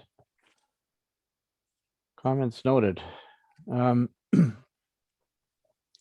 right, this brings us to item 9.2, which is a report that our CAO clerk prepared in regard to some investigation that she and others did with respect to reports we received concerning wetlands at the Lorimer Lake Resort property. So let's start with a mover and seconder, please, that for this motion that the Council of the Municipality of Whitestone does hereby receive report admin 2022-09 entitled Lorimer Lake Resort Property / wetlands / Beaver Pond for information. I'll make the motion, Councillor Lamb. Thank you, Councillor Lamb, seconded by, I'll second that, Mr. Mayor, Councillor Woods. all right, thank you. So I just want to make a couple of remarks before we open the floor for comments or questions. I'd like everybody to appreciate that this is a somewhat unusual item for us to have on an agenda, in the sense that it's a report on actions that our staff took, as I said before, in response to concerns raised by ratepayers down in the Lorimer Lake area. And I acknowledge that I see a number of your names on this call tonight, and thank you for joining us. We did take the concerns that were raised seriously, and there was some some checking done to see if any of the other agents, government agencies, ministries, etc., that would normally have authority in these matters had any had any issues with what was going on. And it turns out, by the way, that the bottom line, as you've read the report, if you've read the report, is you'll realize that they basically don't. But the thing I want to point out to you is that this is there is no application for permission or to do anything or approval of anything with respect to this property in front of the municipality of Whitestone. So normally we would not be engaging in sort of public debate on what an individual landowner is doing with respect to his or her property. So I don't want to to stifle questions or debate or anything, but I must ask you to remember that we're here simply to facilitate understanding, and we don't have there's not much in the way of action that the municipality can take in this matter, and we don't have a matter that is officially before us. So please, if you're going to speak to this matter, please be sure that you're not your comments are not defamatory or prejudicial to any other individual involved. Let's just stick to what we know, please, and see what if there's anything further to be done in regards to this matter. So Mr. I will with that. Sorry. Councillor Gorham Matthews has her hand up, so I'm going to let her go first. Thank you, Mr. Mayor. I think my question is directed more towards Mr. Jackson. I see he's still on the phone.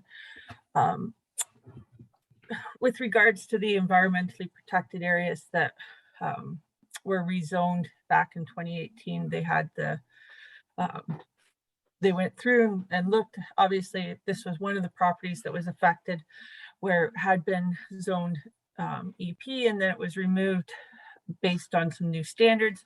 I'm just wondering, for Mr. Jackson, if you could comment on how many other areas in our municipality may have been affected by this rezoning. Like, do we have an idea of other wetlands that should have been, and at one point were considered environmentally protected, and then the zoning has been removed? And if it's something that we should look at going back and placing the zoning back on some of these areas? Not particularly on this property, but on, are there other properties that this affected? Would you Go like ahead, me to? John. Go ahead. Yes, John, John, go ahead. And by the way, I was intending to provide an opportunity for our CAO clerk, who's the author of the report, to make any comments that she wants to, but since the question has been directed to you, go ahead, please. And Okay, thank answer it you. if you can. I will, and it took a little bit of research for me to understand what had happened, but really goes back actually to my genesis in my career when I took a position understanding that wetlands were a significant, I'm going to call, natural heritage feature that was worthy of trying to protect before any province or PPS ever existed. So I used a technique where I took the air photos of a municipality and I inventoried all of the wetlands through stereoscopic reconnaissance, and I created polygons, and I put these polygons on very rudimentary mapping of the municipality. This was long before there were significant wetlands or local wetlands or coastal wetlands and such that now the province subscribes to. But when the technologies advanced creating new types of zoning mapping, they used different systems. The last system we used was an AutoCAD system, which was able to take my layer of polygons that I collected in the late 80s, early 90s, and place them wherever I found them. But then along came a new geographic information system, and the data that it used was based on M&R cataloging. And so that cataloging really kind of didn't subscribe to my layer of data. So it replaced the Jackson polygons with the provincial kinds of heritage features with respect to wetlands. And so they disappeared in place, if I could qualify it, supposedly better data. I obviously think that isn't the case. So when we found out that the new GIS system had caused certain local wetlands to essentially disappear, we found that that was the case in the Lorimer Lake property, and that what occurred then is that the land use codes that are applied for this property, because there was not this unofficial layer of wetlands, was replaced with the commercial zoning. Had it been a provincial wetland, for example, recognized as such, it would have gone and stayed on as a wetland. So to answer Councillor Gorman's question, there are probably dozens of them, but my drafts people here tell me that we can replace them quite readily. But keep in mind, these local wetlands don't have any particular provincial standard as such. They just are, if you like, red flags where there are what I would call as Jackson's environmentally sensitive areas. They're legitimate, and what that does is it won't allow someone to alter a wetland physically without some additional tools, but you cannot place a building or structure on what is essentially a non-development zone. So it may not have changed much in this instance, even if it was there, if I'm making myself clear, but you couldn't build a building on a wetland if you removed it or altered it somehow. So The answer is, yeah, there are a lot of such localized, less formal wetlands that we can return at some point, which would be typically undertaken during a general wide update, and would place it back into the realm of being identified as an ongoing wetland. And keep in mind, some of these are quite ambulatory. They come and go as people alter drainage patterns on their land. These were things that I took from aerial reconnaissance through digital pairs of photography. Sorry about the long answer, but I was there back 40 years ago, and here I am today. Thank you, John. Let me ask our clerk, Michelle Hendry, do you have, I meant to give you an opportunity to just introduce your report if you wanted to, since it is yours. Do you want to say anything? Oh, thank you, Mr. Mayor. I will be brief, looking at the time. As you noted, this was a request from council based on some concerns that had been reported to the municipality with respect to the wetlands in Beaver Pond. The information is as black and white as I could make it, with the exception of the next steps. And that is really just reiterating what information we received from Fisheries and Oceans, as well as the owner of the property received the same information. Fisheries and Oceans, Ministry of Environment, specifically the species at risk folks, Ministry of Natural Resources, which has a much longer name now, Ministry of Northern Development, Mines, Natural Resources, and Forestry. And I spoke to some of the wording in the official plan, which has been brought to our attention, as well as the zoning of Lorimer Lake, which our planner just spent some time talking about. Some of this work was in collaboration with our planner, and I thank him for that. And the next steps for consideration is information that we have heard from the planner previously, and that is some options that council may have in terms of bylaws. So I'll leave it at that, and I'll happy to take questions if there are any. Thank you, Mr. Mayor. Mr. Mayor? Go Sorry. ahead, Councillor Lamb. Yes. Yeah, thank you. I wanted this put on the agenda and certainly got all the unanimous support of council, because there's been a lot of activity in our community with respect to this particular property. And I wanted, and I thank Michelle for putting this, and John for putting this information together.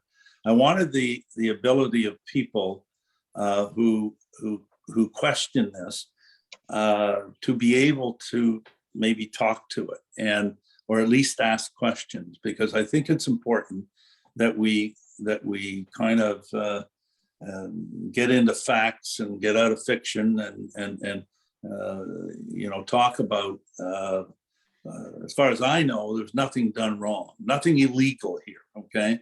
What I think's happened is a lot of people, what they think is what the Lorimer Lake Lodge did was wrong, but there's no teeth there, okay? And so there's lots of questions out there. So I guess, long story short, do we have the ability to go into the committee of the whole quickly, so that if anyone on the call, and I noticed Gary Monahan, there may be others on the call who want to ask a question to clarify the facts in this matter, so that we can move on. One of the concerns I had was, we're going to have an application, obviously, in later in June to talk about, this industrial factory or whatever, right? And I didn't want these two issues to morph together, and because they're two different subjects.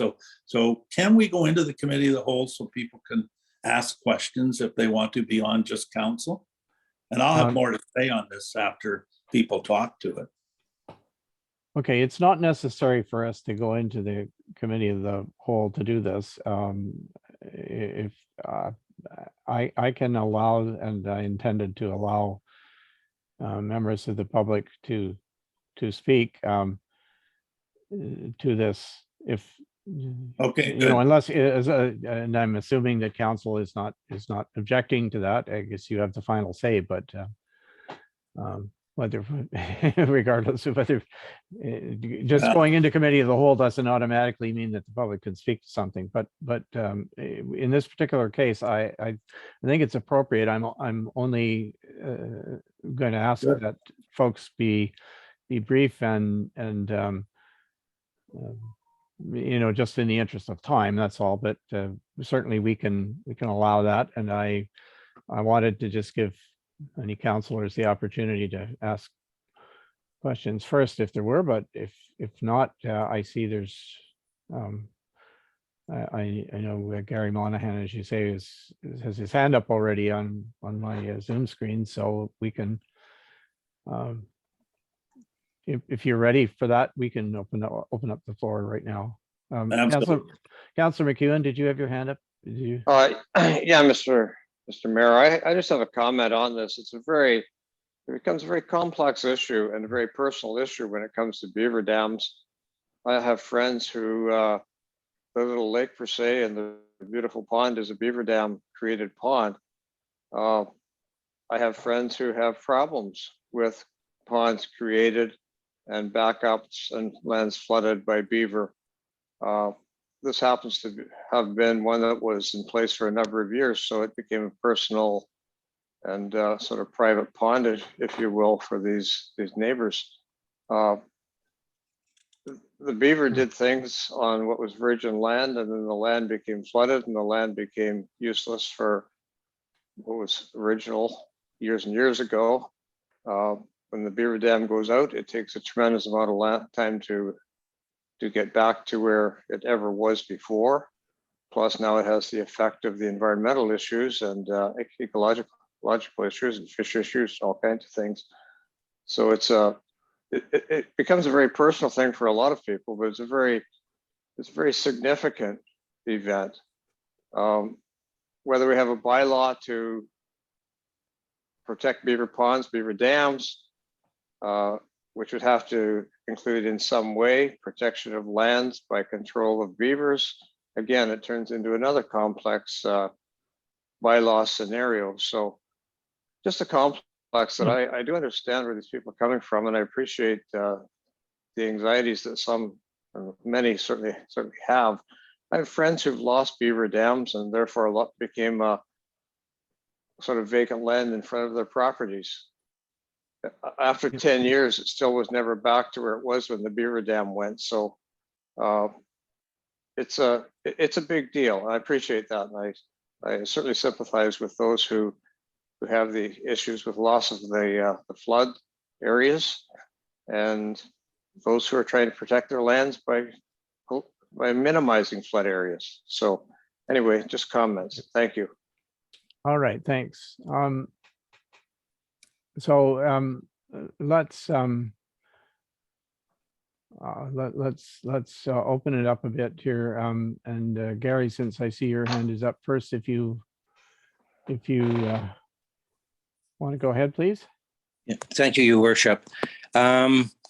Just to start off with something different from my prepared, what I was going to talk about. Earlier, you mentioned about building a garage on your own private property and the consequences of if there's landing turtles there. And imagine, instead of just a garage, imagine many acres of wetlands that have landing turtles where you drain it in November and December where they don't have an opportunity to escape.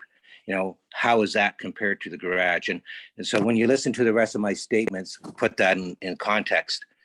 What we wanted to do was was a number of inaccuracies in the azimuth report. Their inspection of the wetlands was done on January 18th in the dead of winter. They never saw the wetlands before they were drained or after they were drained in the fall.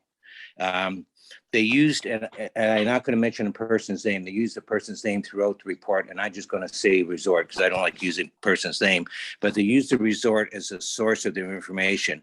And they had, and I quote, that the wetlands can completely dry out, become completely isolated during the summer months, dependent on the year, and remain dry, completely frozen throughout the winter.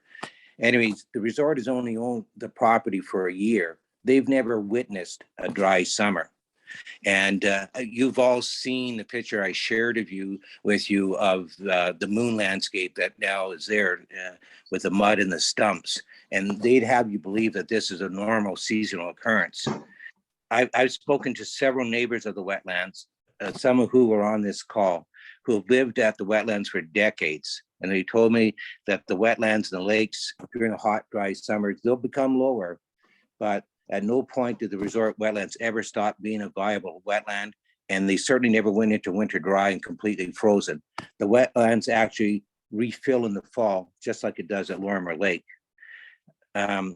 I'm going to be sending you a report. I didn't want to do it today on Michelle's when she was issuing a report, but it has a picture of the wetlands in August, and you can see, although the sides of it are, there's bulrushes moving in, there's certainly still a lot of water left in the wetlands. Both in this CEO report and the ASMIS report, the resort was quoted as saying the draining of the wetlands was to protect the resort from spring flooding. Once again, the resort has never been there in the spring to witness this. Speaking to locals and the former owner, any spring flooding of the resort was not the result of the wetlands. The former owners said the following to me, and I quote, "The water levels could be high in the spring in the wetlands. I can't recall flooding at the resort as a result of this, but I have to say thank you to the beavers." A neighbor told me that the spring flooding at the resort was a result of natural springs on the property. The report also says that the wetlands are isolated in the east by Highway 124. I walked it this Sunday. I found a large culvert that feeds into the wetlands that crosses 124, and that's water source for that culvert is Fairholme Lake. There may be other culverts. That's all I saw. It also talks about it being isolated in the spring and the fall. Water comes from Limestone Lake. We went up in a plane on Sunday, took pictures. I'll share those pictures with you. The distance from Limestone Lake to where the wetlands start is a pitching wedge distance. And you'll see in the pictures, how close it is and also how broad it is shortly after. There's a treat area, but after that treat area, you can see the path of the water. And even now you can still see a small creek running through it. And in the spring and the fall, as I said, it will be significant water flowing through there. And this is where the fish would migrate from Limestone Lake into the wetlands. And sort of proof that there's fish there, there always used to be nesting loons there every year, and they need the fish to feed on. John Jackson talked about, and Michelle talked about the zoning of the EP lands. This is something I brought up at the last two council meetings, and have also sent additional letters prior to that. It's a fact that it was EP lands. It's a fact that council never asked for it or instructed anyone to change it. It's a fact, and John Jackson talked about it, that it was a mapping platform was updated and that the change was not done on merit. John Jackson has said that after examining the 1984 air photo, it would appear that the former EP zoning was an appropriate category. Anyways, as I asked for, and this all predates the resort being sold. This happened in 2018. And as I asked in the previous two things, I think it's a separate issue. It's obviously related, but I think it's a separate issue. Back in 2018, the neighbors, some neighbors spotted and they had it changed back. We're asking for the zoning to go back to EP. And you mentioned, council doesn't have a lot of power to do things. And I understand 100% about, the other agencies, but the power you do have is to change the zoning back to EP. The DFO report did not talk about the wetlands. They never said it was good or bad, right or wrong. The wetlands is not something that falls under the Fisheries Act, so that's why they had no comment. One other thing in the DFO report that wasn't mentioned is on the day that the DFO was there for their inspection, they advised or asked the resort to put up silt fences, which they did the very next day. And a question is, why wasn't this done before? So Gary, if you don't mind, I need you to wrap this up. Okay, please, what I'll wrap it up is the last two council meetings, we talked about the zoning, and they wanted to hear about the report. The report backed up everything I just said, and I like council to consider changing the zoning. Thank you very much for your time. Okay, thank you. Are there others on the call who would, Kelly Webb, I see as you have your hand up. Do you want to? Yeah, thank you very much, Gary, for the, you summed it up very well. And my only points were, for many of us on the street, a lot of our concerns have to be, we don't know what's going to happen with this wetland. Some of us bought, not just us, because of the EP status of this wetland. That influenced us buying here. We knew that the area would not be subject to redevelopment behind our homes. A lot of us just want to know what to expect. That's all I have. Okay, thank you for that. Who is next? Margie Salegi, I think. Is that? Close enough. Well, Thank you very Go much. ahead. Sorry, Margie. Sorry. Hi, I'm pushing- everyone. It's Go ahead. Margie Salegi, but that's pretty close given all those letters. Really just a question. I'm not actually in that direct area at Lorimer Lake, but I am interested in what happens in Whitestone. And I see, I was kind of under the impression that all the ministries had sort of wrapped up their work. But when I read the report, and correct me if I'm wrong, I see a note that says from the MECP that the property owner is aware that further work with MECP will be required in respect of the species at risk process and studies. You may advise the public that the MECP is involved and are looking into the matter. And my question would be, so what further work is being done? What does that involve? Thank you. I'll turn that question over to our CAO clerk, and if she knows the answer. Thank you, Mr. Mayor. I don't know the answer. We will continue to follow up with MECP. They have been open and helpful to any questions we have. And all I can say is that I understand it's to be a 3-year study, but I don't know much more than that. But we will continue to try and understand what is to be done. All right, thank you. I have a question really for John Jackson, if he is still here. Looks like he's still here. If I may, let's suppose that EP designation had never been changed and was there all along. What additional power would that have given us as a municipality to respond to these concerns? Without additional bylaw enactments such as site alteration or filling bylaws, it really wouldn't have had a consequence in terms of it being zoned environmental protection. It would have just simply meant that if anyone wanted to place a structure in an EP zone, which is a non-development zone, they couldn't do it.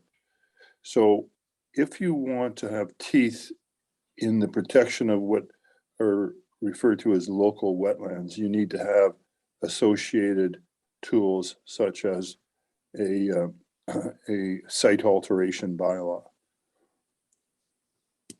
Okay, thank you.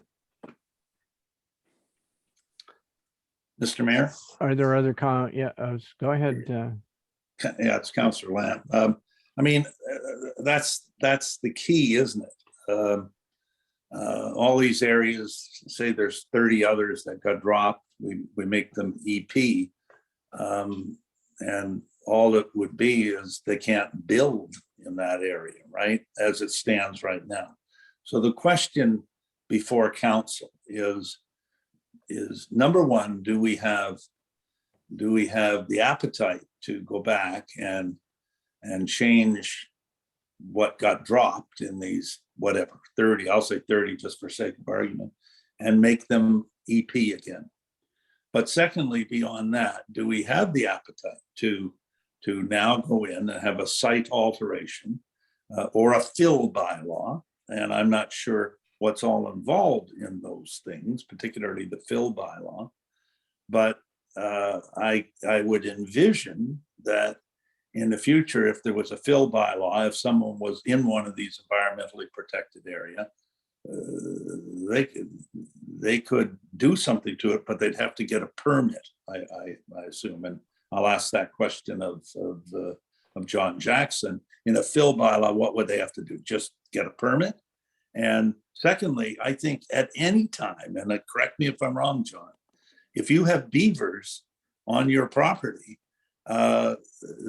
they kind of trump everything, or am I wrong? I mean, doesn't an owner of a land, a private owner, have the ability to go in and get rid of the beavers on his property, regardless of whether it's EP or permitted or whatever? So can you talk to that a little bit? Because that's the crunch here as to what we're going to do. My final question is, by going back to this particular, to the lodge and saying, or resort, and saying, well, you're now EP, is it still EP? It's drained pretty much. It looks terrible in my mind, but it's drained. So would it make any sense to return it to EP? So that's a bunch of things, but maybe you could talk to that. What's in a fill bylaw, and explain to everyone a little bit more. Yes, you actually I've captured it somewhat. The fill bylaw simply says you cannot put material on certain lands without a permit. And where I've had to do that, for example, on behalf of clients, we would often undertake a environmental assessment, determine how that would be done and what the impacts would be and what mitigation measures. So it could be done. And in some instances, municipalities have denied my clients a permit because they didn't believe that the environmental evidence was sufficient to do so. So there is a process. It's not absolute, but it's certainly not guaranteed that you could ever get a permit to, in fact, affect that. It's interesting because the question of nuisance beaver, do they trump the protection of habitat of threatened and endangered species like the reptiles that Mr. Monahan was speaking to? And one of the things that environmentalists have to struggle with is what should trump what in terms of the private property owner rights versus the protection of habitat features. So there's that complex relationship between the two. The way the provincial policy framework is actually supposed to work is you're supposed to weigh the most important aspect of any given context to determine what prevails. So it is very, very much a complicated interaction between the two factions, if I can call it that. So the process is there. If we want to have more than a no-build zone function to our local wetlands, we have to have the fill and the site alteration bylaws put in place, and they'll give you the teeth that you want. It's another layer of legislation, but that's the only way it really has a true meaning in terms of the environmental goals that I think we all subscribe to. So we lost 30 or dozens when the mapping was done or the overlay was done. How many are left? Like how many provincial and M&R and whatever, how many, when you did those layers, how many new EP zones were identified? Well, there's a variety of them. Critical fish habitat is one, for example. Floodplains are another. Provincially significant wetlands are another, and coastal wetlands. In Whitestone, I don't believe there are any PSWs, provincially significant wetlands, evaluated. I mean, I think they're there, but no one's ever evaluated them, which is a process of a scoring system that applies. If you have a wetland, for example, that has an animal on the threatened or endangered species list, like the Blandings turtle, it's an automatic PSW. So if that occurs, and one of these reptiles, like a painted turtle or a Massasauga or something, exists in an area where there is a wetland, it's not rocket science. It's an automatic PSW, but it has to be sanctioned as such by the MNDM NFR. So that's how the process works. They're obviously way behind in doing those kinds of evaluations, but in some municipalities, they're quite significant. Carling, for example, probably has 300 to 400 PSWs, and it's about a quarter of the size of Sequin. So it's just the priorities in the different municipalities.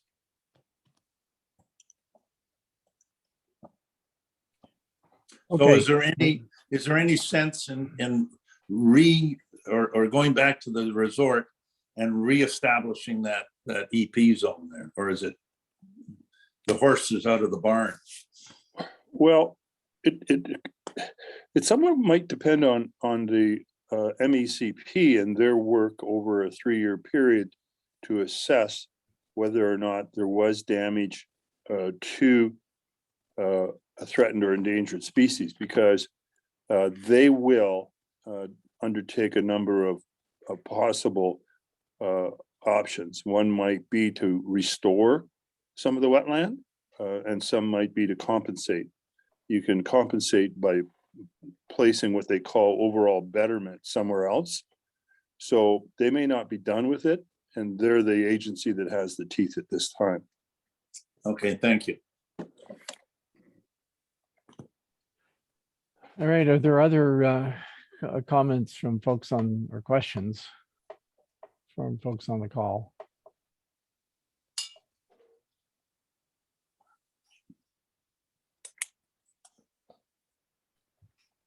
Okay, well, I definitely want to thank everybody for your interest in the subject. I don't think it's a dead issue entirely, but it's we will keep this in mind and have some discussion at a further meeting about whether or not Mr. Mayor, we can want- I just make one comment? Go ahead. Yeah, I think moving forward, we probably owe it to people to do some investigation into maybe the benefit of a bylaw of some sort and see where our neighboring municipalities are with respect to bylaws that could be of assistance in dealing with these types of issues. I know it's, as someone mentioned, the horse out of the barn scenario here, which is pretty sad that it's happened. I feel sorry for people that it has happened. But, and I know it is a really big deal. I come from a property which was a couple hundred acres, and we had beaver doing damage to certain creeks and locations on the property. And presently my wife and family own nearly 400 acres, and there are beaver dams and there are creeks. So there is control to be done there, but it's not within the sight of residences and such. So I would like to see the municipality take this a step further and see what we can do for some kind of assistance for these folks down the road. Thank you. All right, thanks. Thank you for your comment. And that was where I was going with my remarks, was that I think we should revisit some of the suggestions that have been made. I'm fairly familiar with this issue because I have beavers and wetland in this sort of precarious balance that happens with them on on property that my family owns, and it's not a simple, it's not a simple cut and dry thing. You have to look at the situation that's relevant to each property. But there again, we're not declared a wetland, and and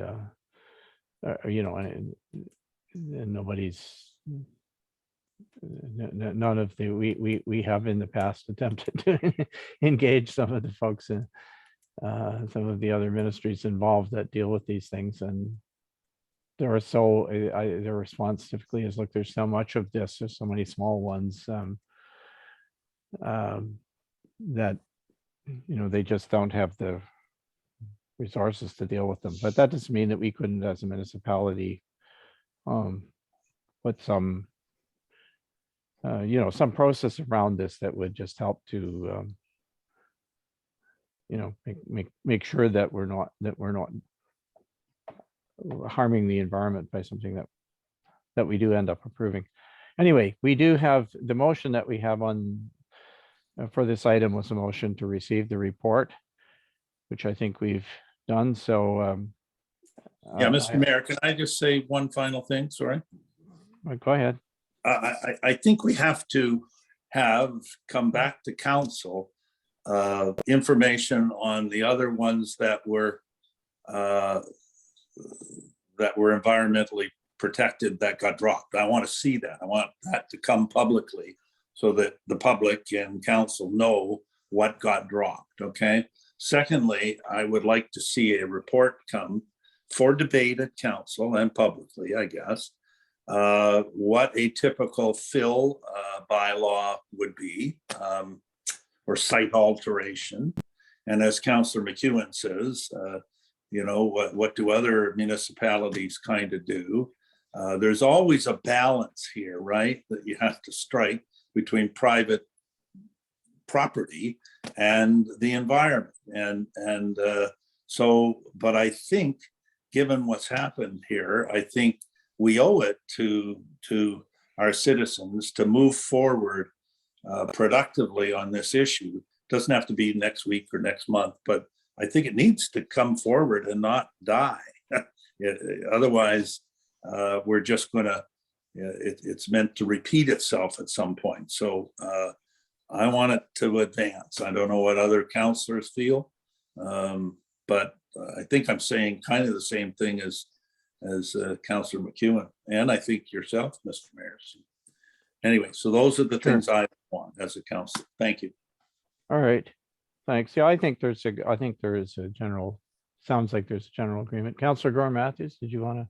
Yeah, I just wanted to reiterate that I was also interested in that list of properties that had the EP removed, so that we can look at that. And I don't know if it falls under site alteration, but some mechanism to ensure that people, they have the ability to manage their private property, but they also recognize that they have to work with the MNRF and different groups. Like some of this could have been less traumatic to people and to the environment if it had been undertaken at a certain time of year and worked with different agencies. You could have still had the same result, but it would have been a little more morally accepted, as opposed to the traumatic event that I think occurred to a lot of people through this process.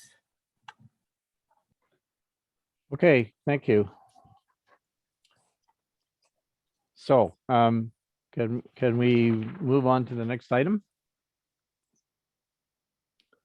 Okay, I had a question that's been sent to me by someone who's on the call, Jeannie, who can't seem to unmute her.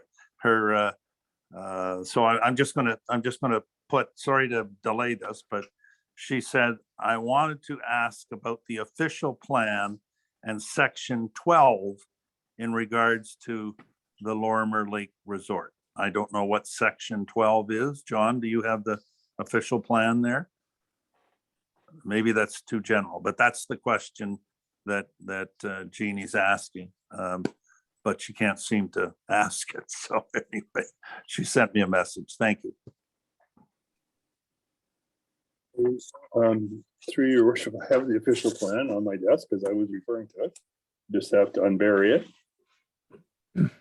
wherever it exists, but I suspect that it is the section dealing with natural heritage features, which talks to protecting those natural heritage features. And I am correct. Where it talks about wetlands and the importance of wetlands and how they're to be placed in an environmentally sensitive category, and development will be prohibited in these areas. So we have effectively done that, except that what we've done is unknowingly dropped what's called the local wetlands. And so that's the discussion we're talking about. And that is putting them back. But your caller needs to understand official plans are a policy matter. They don't in themselves have any teeth. You have to have implementing legislation like zoning, fill bylaws, site alteration bylaws, and the like to give them legal teeth. It's in building inspector speak, it's called applicable law. A zoning bylaw, for example, is applicable law, and a building inspector must ensure that anything that he issues a permit is in accord with applicable law. So that would be zoning. He has no time or no jurisdiction to look at official plan policy. I mean, it sounds like a disconnect, but that's how the two instruments work together. All right, thank you for that answer. I'm sure there are lots more things that we could raise in connection with this, but in the interest of time, I would like to move on if we can. The next item that we have is bylaws, and we have two. The first one is the bylaw that to adopt the official plan amendment number 2, which we talked about much earlier in the meeting. So I'm looking for a mover and seconder that bylaw 2722 being a bylaw to adopt official plan amendment number 2 to the official plan for the municipality of Whitestone be read a first and second time this 7th day of June 2022 with the following amendments. And the amendment would be the amendment that was read to us earlier. And I think I would ask our clerk, because I'm assuming she captured it. If not, I'll ask John Jackson, but I didn't write it down, so I need somebody to read that into the motion. And anyway, so we'll get the amendment, and then well, sorry, let's get the amendment right now. If we can. Yes, one moment. I did write it down. I just have to go back to the papers where I wrote it down.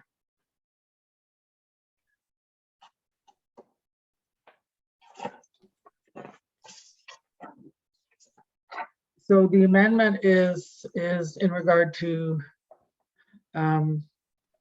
specific amendments, 9.06, existing non-waterfront lots on private and unassumed roads that have a registered right-of-way or some form of legal access are eligible for building or for development consents for development, including consents and building permits. All right. Thank you. I just, I know it would be in the minutes, but I just wanted to get it fresh in everybody's mind. And then the rest, the final part of this motion is further read a third time, passed and properly signed and sealed the 7th day of June 2022 and numbered bylaw 27-2022. So with that, as the motion, can we get a mover and seconder for it? I'll move, Councillor Woods. Thank you, Councillor Woods. A seconder. I'll second Councillor McEwen. Thank you, Councillor McEwen. All right, is there any further discussion of this particular item? Mr. Mayor, just for a point of clarity, if I could, I believe this is to be, this gives the authorization to have our CAO contact the Ministry of Municipal Affairs and Housing for the approval of this OP2 amendment. Is that correct? That would be my understanding. Okay, I thank you. see John Jackson is nodding his head, so I think that's Okay, thank you, just for the record. all right. Any other questions or comments? If not, I will ask our clerk to call the roll, please, for the vote. Councillor Gore Matthews,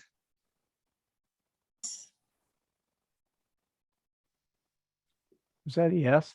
you're on mute, Councillor. Yes. Thank you. Councillor Lamb, Yes. Councillor McEwen, Yes, Councillor Woods, Yes. Mayor Comrie. Yes. Thank you. That motion is carried. All right, thank you. And the next one is the rezoning, amendment to the zoning bylaw, a bylaw to amend the zoning bylaw in respect of the property on the South Magnetawan. That's, so I'll read the motion that I'm looking for, that bylaw 32-2022 being a bylaw to amend zoning bylaw 07-2018 as amended to rezone part of lot 37, concession 14 in the geographic township of Burton and fronting on the Magnetawan River from the waterfront residential 1 exception 22-LS, that's limited service. So the zoning is WF1-22-LS. From that zone to the waterfront residential 1 exception 24.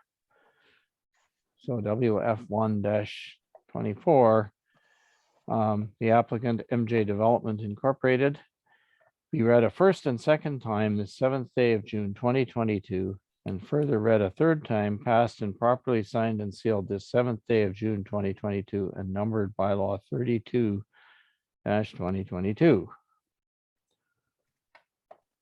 Would someone move and second that motion, please? I'll move, Councillor McEwen. Thank you, Councillor McEwen, I'll seconded second Councillor Lamb. by Councillor Lamb. Is there any further discussion on this one?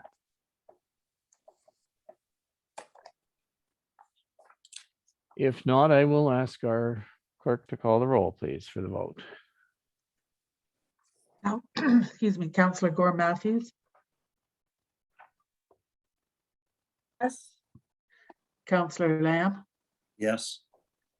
Councillor McEwen, Yes, Councillor Woods, Yes. Mayor Comrie. Yes. Thank you. That motion is carried. Okay. That brings us to item 11, which is business matters.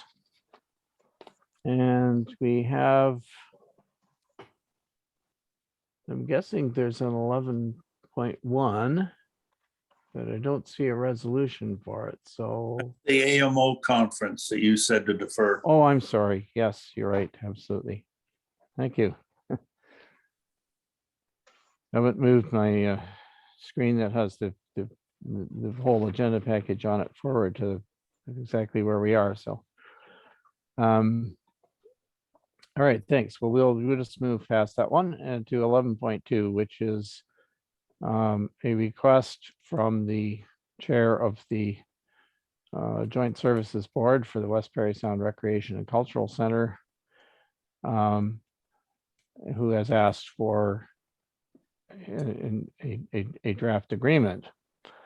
And the motion that is suggested here by our CAO is that the Council of the Municipality of Whitestone requests the CAO clerk to review the terms of the draft agreement in respect to the Municipality of Whitestone financial commitment to the West Parry Sound Recreation and Cultural Center with representatives of the steering committee and the Municipal Services Board, and report back to council at a future date with recommendations.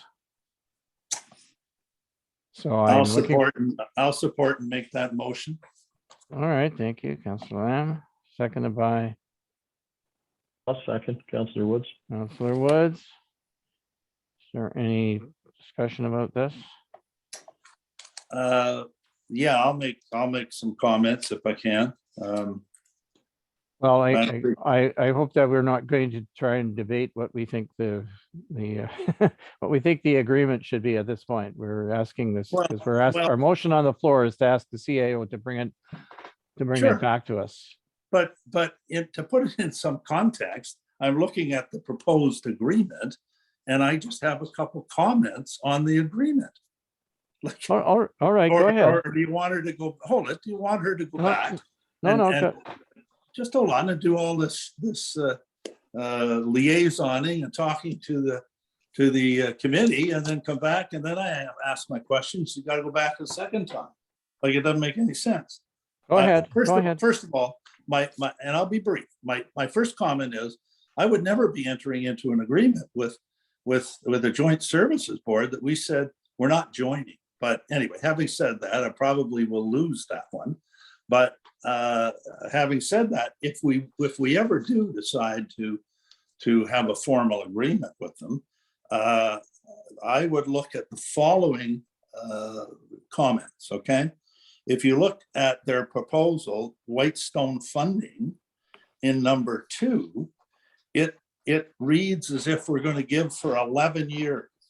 It says 18,316 commencing the first year of the facility's operation and continuing for 10 years thereafter.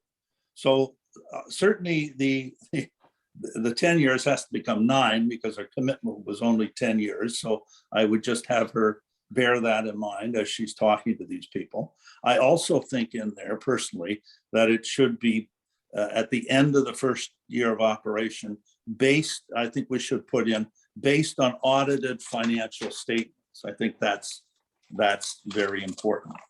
The second thing I want to talk about, and again, just for her information, is the conditions of the funding. As you pointed out, Mr. Mayor, when we passed this funding, that I'd be asking them the question, first of all, before we sign anything, do you intend to do this study or do you not intend to do the study? Because if you're not doing the study, this all falls away because that's the condition of it, okay?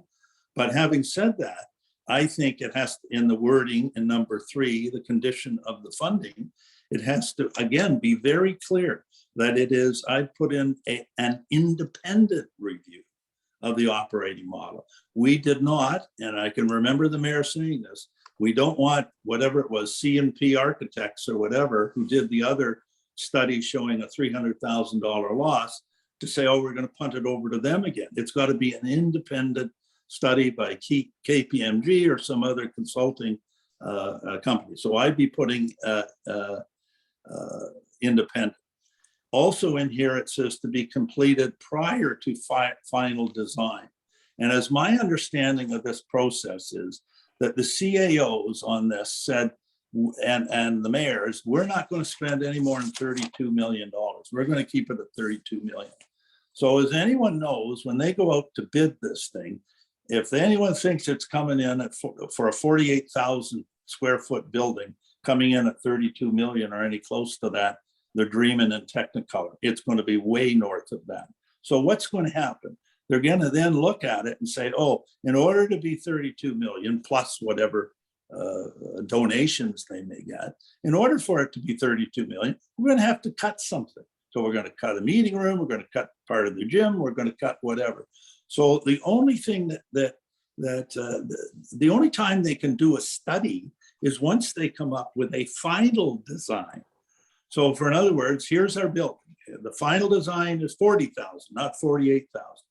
Then they can find out from there, they can have an independent study that says the cost of, or the revenues that we expect out of this building at 40,000 is X, and the costs associated with it are Y. And also in addition, the reserves that are going to be required to continue to fund this and replace it 20 years out when it's going to need a major redo is whatever. So that's the study that we talked about, and the mayor agreed that it was going to be an independent study. So I would ask that that be taken into account by the CAO when she's talking to the other parties. The final thing I would say is we should, if we decide that we should sign something, and I don't think we should, I think it needs a legal review after it's all completed. Certainly, if you read this, some of this has been wordsmithed by lawyers already. So those are my comments. Sorry if I'm too long. I think they're important comments, and I think they're things that protect us as a municipality. Over the years, this is whatever, $450,000, $500,000. Thank you. Okay, thanks. Are there other questions or comments? Mr. Mayor, I'd like you to get along. I'm muted. Well, I'm sorry. Do you hear me, Councilor Yes, McEwen? yeah, I can hear you. Go ahead. Please. Yeah, okay, I disagree with somewhat what with Councilor Lamb's approach to this. We're being the only municipality who's totally dragging our feet on this. And we did enter into, or we did pass a resolution to support on behalf of our municipality. And I do support going forward to getting a report back from our CAO without getting into a whole lot of semantics and discussion on what we were into some months ago. Thank you. Okay, thank you. I agree with that comment. I was just going to say, I think there's some merit to having an agreement simply so that we don't have any sort of misunderstandings down the road in terms of what we did say we were going to do. But it's certainly my intention that we will uphold what we said we were going to do. And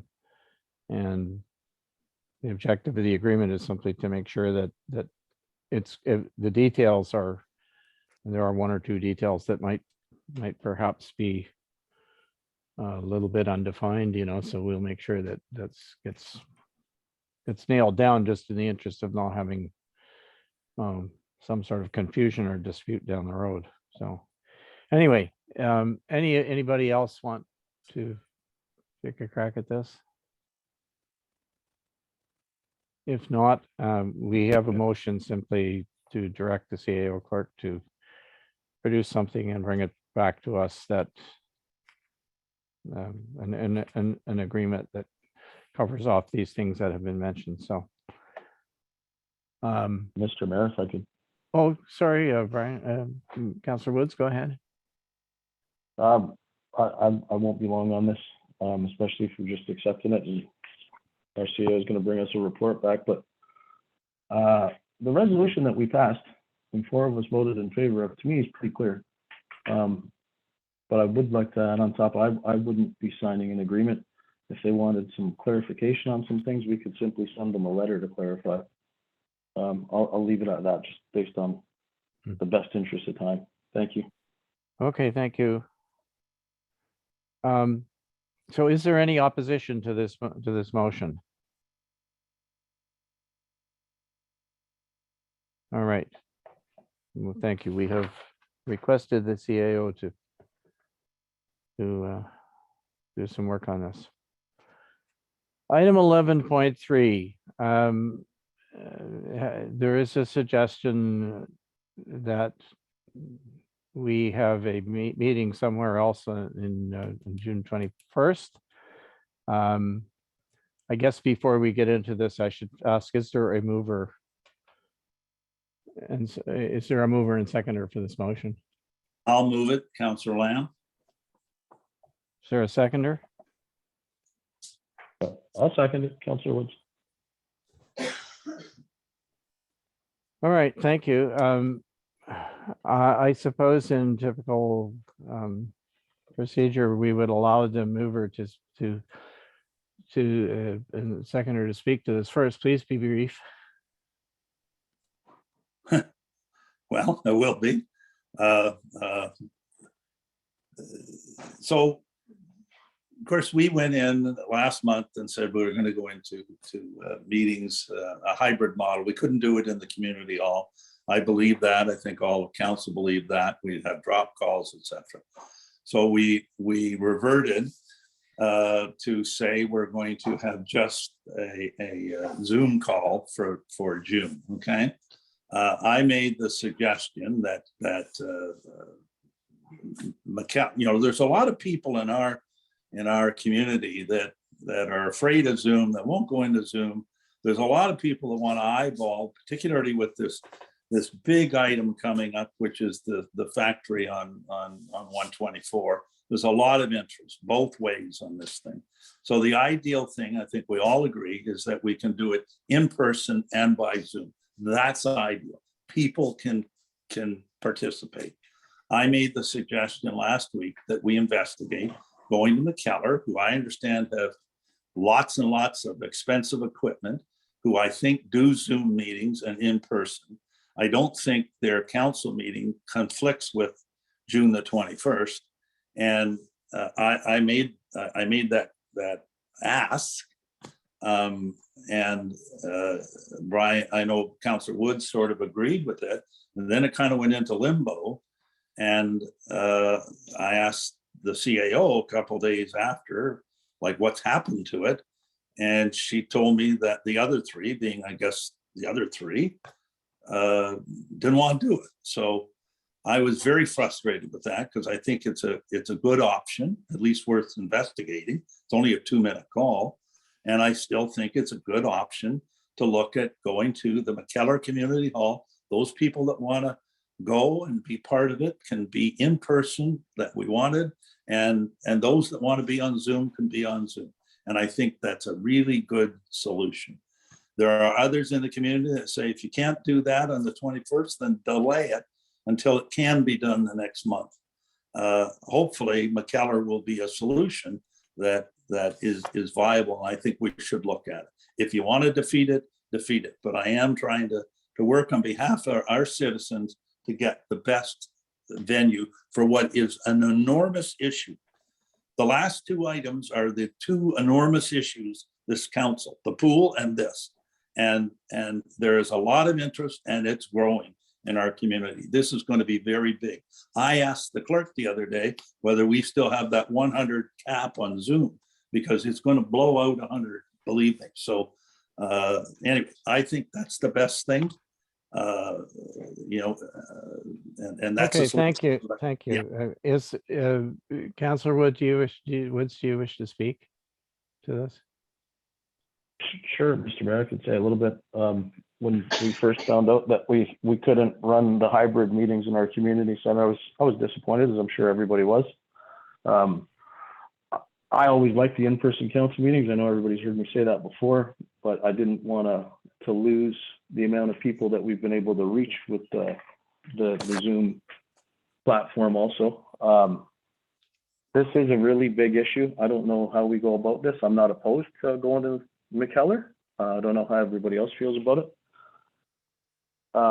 Or if we put it off, because like Councillor Lamb said, and I'm sure we've all heard from people, I know we have, that there is a great number of people that would like to stand face to face with members of council over this potential development happening on the 124.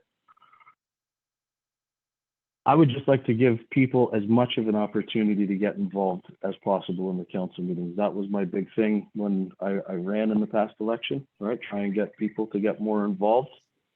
I just don't want to lose that. Whatever way possible to get there, I think that's what we should work towards. Okay, thank you.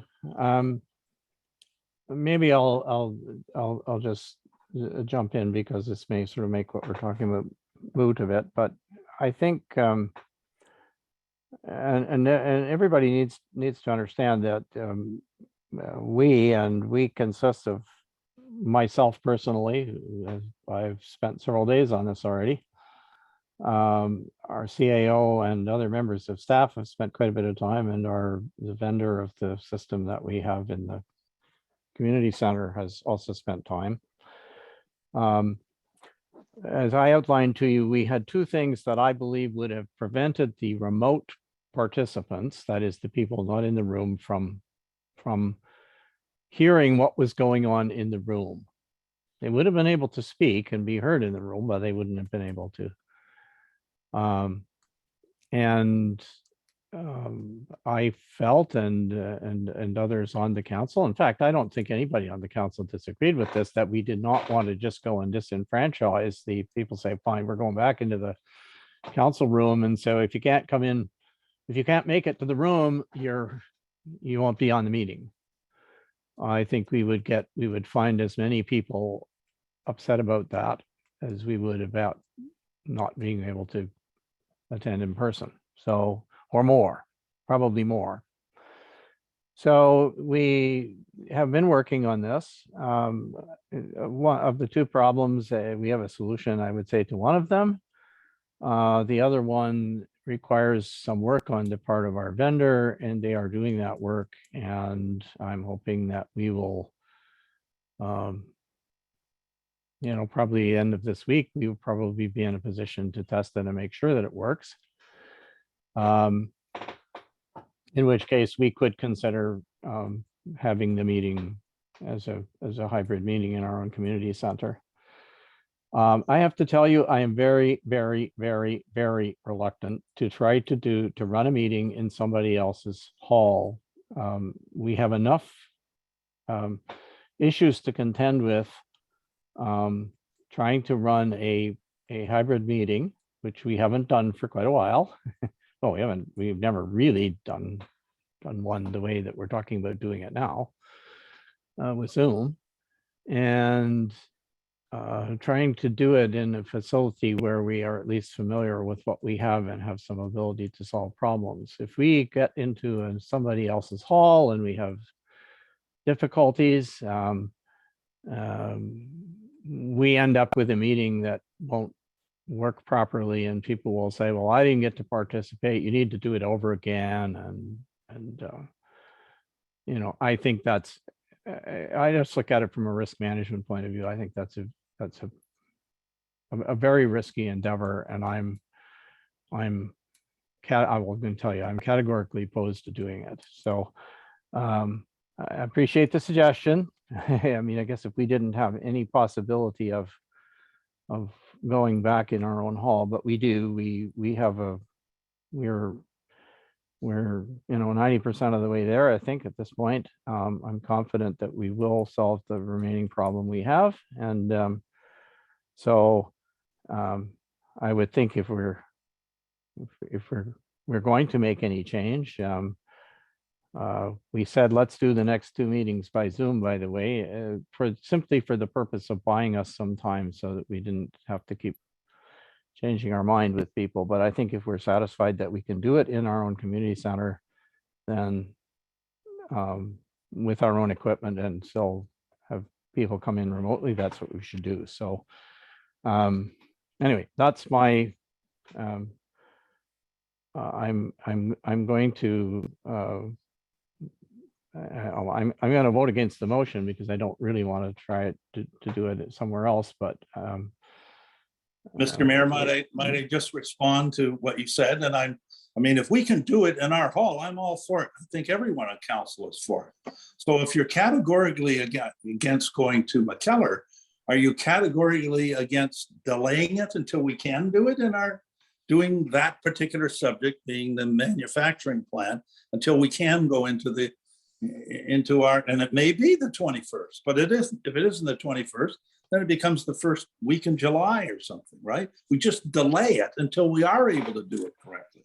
Are you categorically against that?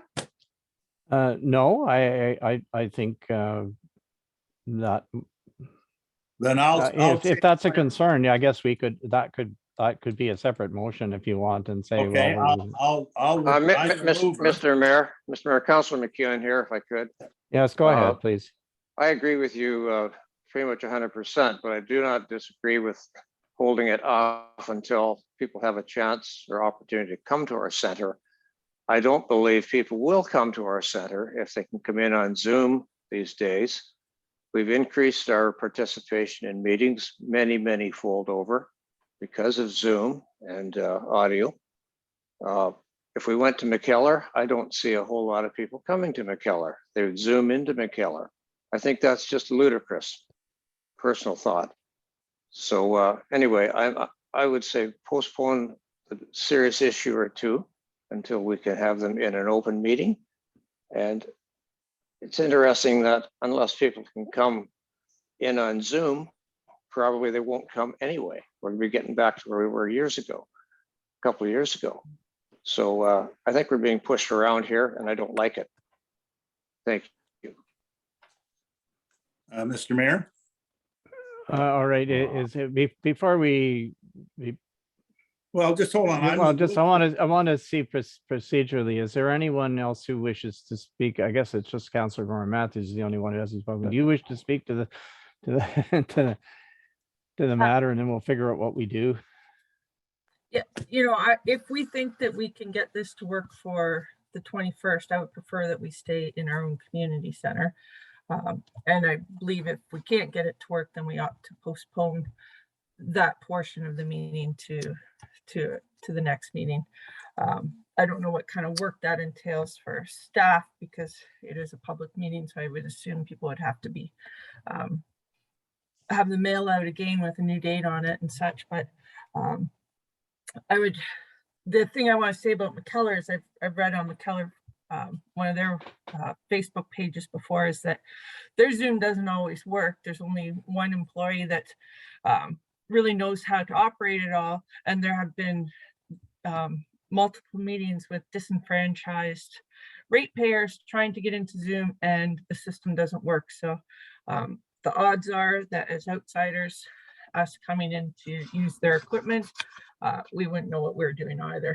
So, and that would place us in an even worse position, I think, than what we already are in. So my preference would be to really hope that the IT can figure everything out for the 21st. And if not, then we should postpone it to a later date.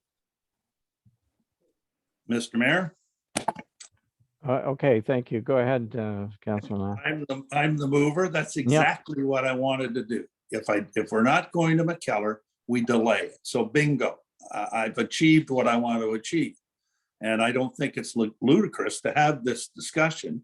I think what it does, quite frankly, is it says volumes about communication between us councillors on subjects. We can decide to do certain things, like we're not going into the community hall behind the scenes, but yet, I have to bring it out in the open like this. But anyway, I'll withdraw my motion and I'll make a new motion that we try to, or that we in essence, the thought would be that we hold the meeting on the 21st in the community hall if we can resolve the Zoom aspect of it. And if we can't, that we delay the item of the manufacturing plant until we can, which is probably the next meeting after that. And I think that's what council thinks is the best. And I agree it's the best. So bingo, we all win.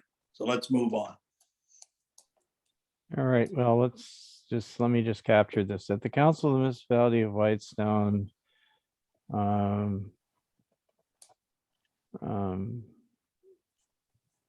guess really it is agrees to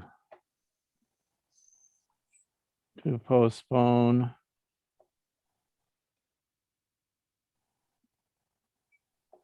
and it's really just postponing consideration of the, or is it a public meeting? Sorry, I'm going to ask our clerk here for some help. It's just the public meeting we're talking about, Madam Clerk, is that correct? Thank you, Mr. Mayor. Yes, that's what I understand. So the regular council meeting will go ahead on the 21st by Zoom, unless we can resolve the auditory issues, which I'm not confident that we will be able to by the 21st. I don't have the confidence because I want to test the system, but we'll see what happens this week with the connectivity, and then you and I have to talk about the audio piece. Although I know you're tied up for the rest of the week. So what I understand is our regular council meeting will go ahead on the 21st. Council's desire is to postpone the public meeting with regard to the rezoning matter until such time as we can do in-person meetings. And our intent was to be in person on July 5th, or a hybrid meeting. And the one thing I do have to double check in terms of the Planning Act and notice, if we postpone a meeting, do we then have to give another 20 days notice? I don't have the answer to that, but I will find out, and it will be the soonest possible meeting based on the requirements for notification. I think because we've already given notification, we're good. It's just an additional time, but I just need to double check and make sure procedurally that's the correct way to do it. All right, well, let me try it this way. Council hereby agrees to postpone the public meeting with respect to the rezoning to a future council meeting in the event that When a hybrid model can be achieved. that a hybrid model cannot be. When a hybrid model can be achieved, or something like that. All right, to a future council meeting when, all right, that's a good idea. I like that wording. Okay, when a Hybrid model can be achieved. hybrid meeting can be achieved in the community center, Good. in the A victory. Dunchurch Community Center. Good. A victory for the people. Victory. You don't have to put that in. I'm not planning to. Again, I don't think there's really any disagreement about what we're trying to accomplish. It's simply a matter of trying to find a way that we can do it reliably and effectively and not embarrass ourselves or disenfranchise anybody who wants to participate. That's my main concern. All right, so with that as the motion, are you agreeable to second that revised motion, Councillor Woods? Yes, Mr. Mayor. All right, thank you. Is there any opposition to the motion? All right, hearing none, I think we're good to go. So thank you. That brings us to correspondence, and there are, let's see. I have to get down to the last page here.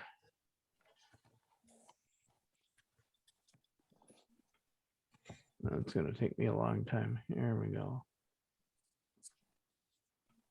Mayor Comrie, if I could interject. Yes. Just under business, I wanted to just very quickly speak to our volunteer and staff appreciation event. I have a little bit of feedback on some dates that I offered to council. There was one in August, which was, I believe, August 27th, and a couple in September. And if council's agreeable, we could perhaps land on a date today, and that will allow the staff to go ahead and move forward on the planning. And I just added that as a note in the, not on the agenda, but in the motions. Well, I'm sorry, can you tell me what the dates were that you offered, please? Because one of the people that hasn't responded to you. Right, okay. The dates were Saturday, August 27th, which is the Saturday prior to the long weekend. September 17th, again Saturday, and September 24th, again a Saturday.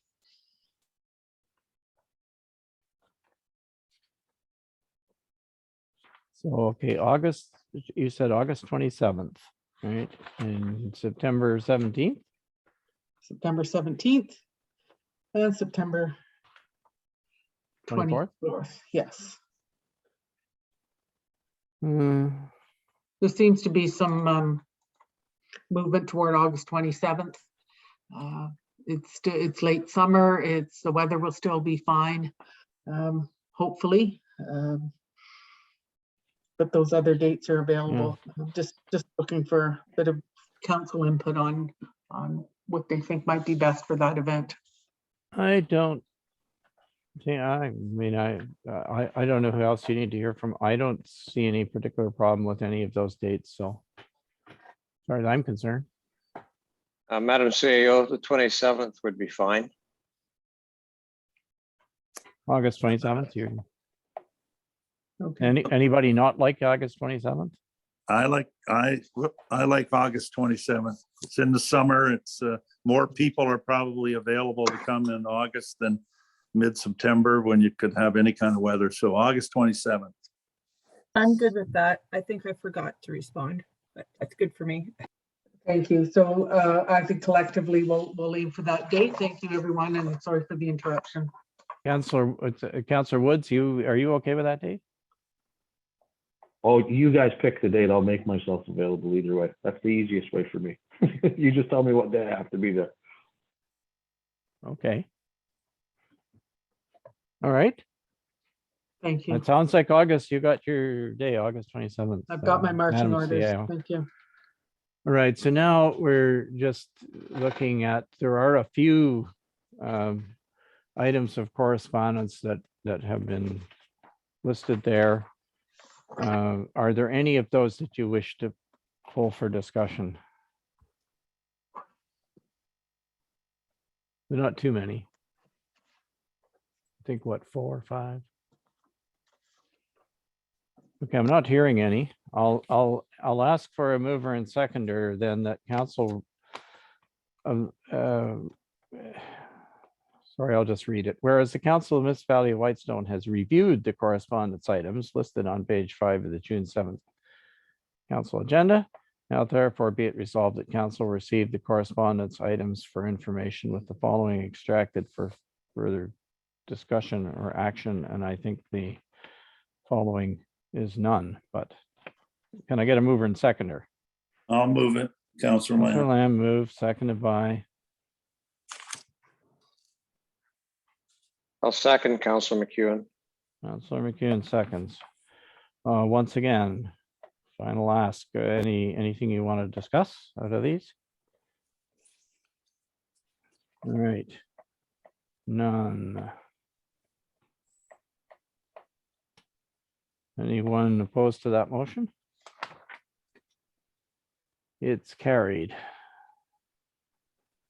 So there are no matters arising from correspondence. And that brings us to, I'm guessing councilor items, correct? Yep. Anybody have any councilor items? Mr. Mayor, if I could. Go ahead, Councillor Woods. Thanks, Mr. Mayor. Just a couple of quick ones. One, I attended the Ardbeg Community Center opening on the weekend. Fantastic turnout, great day. Just wanted to highlight that. It's good to see everybody out and for the ribbon cutting ceremony, and yes, the original teacher was there. It was a good day, really good day. Weather was great. A little bit of breeze kept all the bugs away, so everybody had got to enjoy the outside. That and I noticed that at our public beach here in Dunchurch, that staff has put in the swimming dock again. That's a welcome treat. The kids love it. I'd like to thank staff for the work that they did putting all new boards on the dock because it was in kind of rough shape. So I'd just like to say thanks to staff for getting that done. It's much appreciated. And that's all, Mr. Mayor. Thank you. Okay, thank you, Councillor Woods. Anybody else? I do. Thank you. Councillor Councillor Lamb? Lamb. I just want to mention that the grand sort of reopening of the library was held a week ago or so. I had the pleasure and honor to dedicate 2 rooms in the library. First of all, it was a really good turnout. I don't know, I'm going to guess there was 100 people there or so. And it was held in the community hall. We didn't have to Zoom, thank God, but it was held in there. And anyway, the 2 rooms were dedicated to, one was to the Friends of the Library, which is a group that Elizabeth Hamilton and her husband made up that has given a lot of money and support to the library over the years. So one of the small meeting rooms was dedicated to the Friends of the Library. And the second and bigger meeting room in the library was dedicated to our late mayor, Chris Armstrong, that I was very proud to have served most of my time, 12 or 13 years as when he was mayor. So Chris's name is now over that room and will be for a long, long time. So it was a great day. They had muffins and or cupcakes and coffee and stuff afterwards, and it was a good day by all. So thank you. I just wanted to tell the public that who were not there. It's super, and our library is absolutely outstanding. Thank you. Okay, thank you. Yes, that was a good event. Councillor Gorham Matthews. Thank you, Mr. Mayor. I just wanted to share a couple of future upcoming events that may not get mentioned before the next meeting. That on June 15th, with regards to the library, there is a strawberry social that has always been quite popular and a great fundraiser for the library. And that's occurring at the Dunchurch Community Center from 1 till 3. So it'd be a good opportunity for people to support the library and to have some social time and reconnect with people. You know, lots of people, seasonal people, are starting to return to the area. The other event I wanted to mention is something that the Environmental Stewardship Committee and the Municipality of Whitestone has teamed up with the Georgian Bay Biosphere. On Friday, June 17th, there's a bio blitz occurring at the Nesbitt Walking Trail in Ardbeg. And what is a bio blitz? I did not know either, but it is where you get to go out with experts, biologists, entomologists and whatnot. And there's 2 sessions that you can sign up for. One deals with looking for birds, another deals with looking for plants and trees and such. It's just an opportunity to learn more about our community, the biodiversity that we have in the area, and all of the findings that get discovered by our citizen scientists that participate in this activity will be all uploaded onto iNaturalist, which is a app that you can put on your phone or your tablet that allows you to identify species in our area, and it kind of catalogs them so you can share them with each other. So it's a good opportunity to interact with the biosphere, to get to know our walking trail if you haven't had an opportunity to explore the Nesbitt Walking Trail and head up Ardbeg, and to, you know, explore some citizen science and get to know some interesting things about our community. So that's happening on June 17th, and you can register with the municipal office for one of 2 different time slots. And I'll just add that before the community time slots, we have the grades 7 and 8s from the school participating as well in this. So it's a nice kind of end of the year activity to tie up their science on ecosystems and biodiversity. So that's occurring if you want to sign up for that. And One other activity is this Sunday, we're getting back to our kids cooking classes that the Agricultural Society and the Rec Committee offer jointly. So if you have any kids that are in the age, 10 to 14-ish, they're interested in learning to cook, the 6x16 program is program offered through the OFA that teaches kids to be able to cook 6 healthy meals by the time they're age 16, so that when they go off to school, they're able to understand what foods are in season, how to choose economical ingredients, and be able to prepare their own meals. So those are some future activities I hope everyone wants to participate in. Thank you. And not live on craft dinner. Yes. Yeah, we've done making your own pizza, so that you're not having to do takeout pizza. This time we're looking at doing homemade macaroni and cheese, so you're not making craft dinner. So that's a good, and we're going to be cooking with rhubarb because rhubarb's in season. Oh, yeah, great, great. Okay, well, thank you. Anything else? I just want to express my appreciation to members of council and others, a number of others in the community who have expressed condolences on the passing of my brother Don last week. We're having a celebration of life for him tomorrow in Toronto. And we're planning another one for at Wawashkesh in the summertime. So since I know that some of you knew him anyway. So I think that's all for announcements. Questions from the public? Are there any questions? Not seeing any of the Zoom items, the Zoom icons light up, but if not, I'll entertain a motion for our confirmatory bylaw.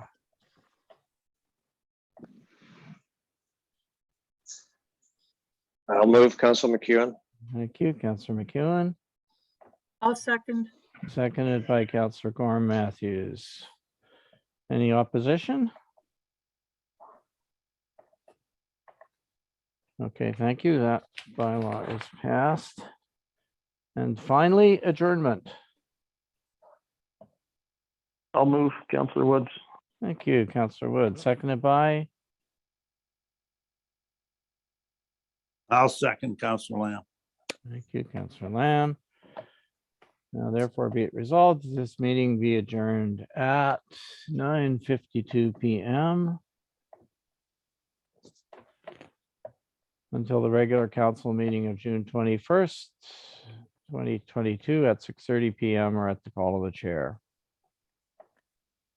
Any opposition to that motion? All right, hearing none, we are adjourned. Thank you very much, everybody. Enjoy the rest of your evening and your week. Thanks, folks. Good night. Good night. Night. Good night.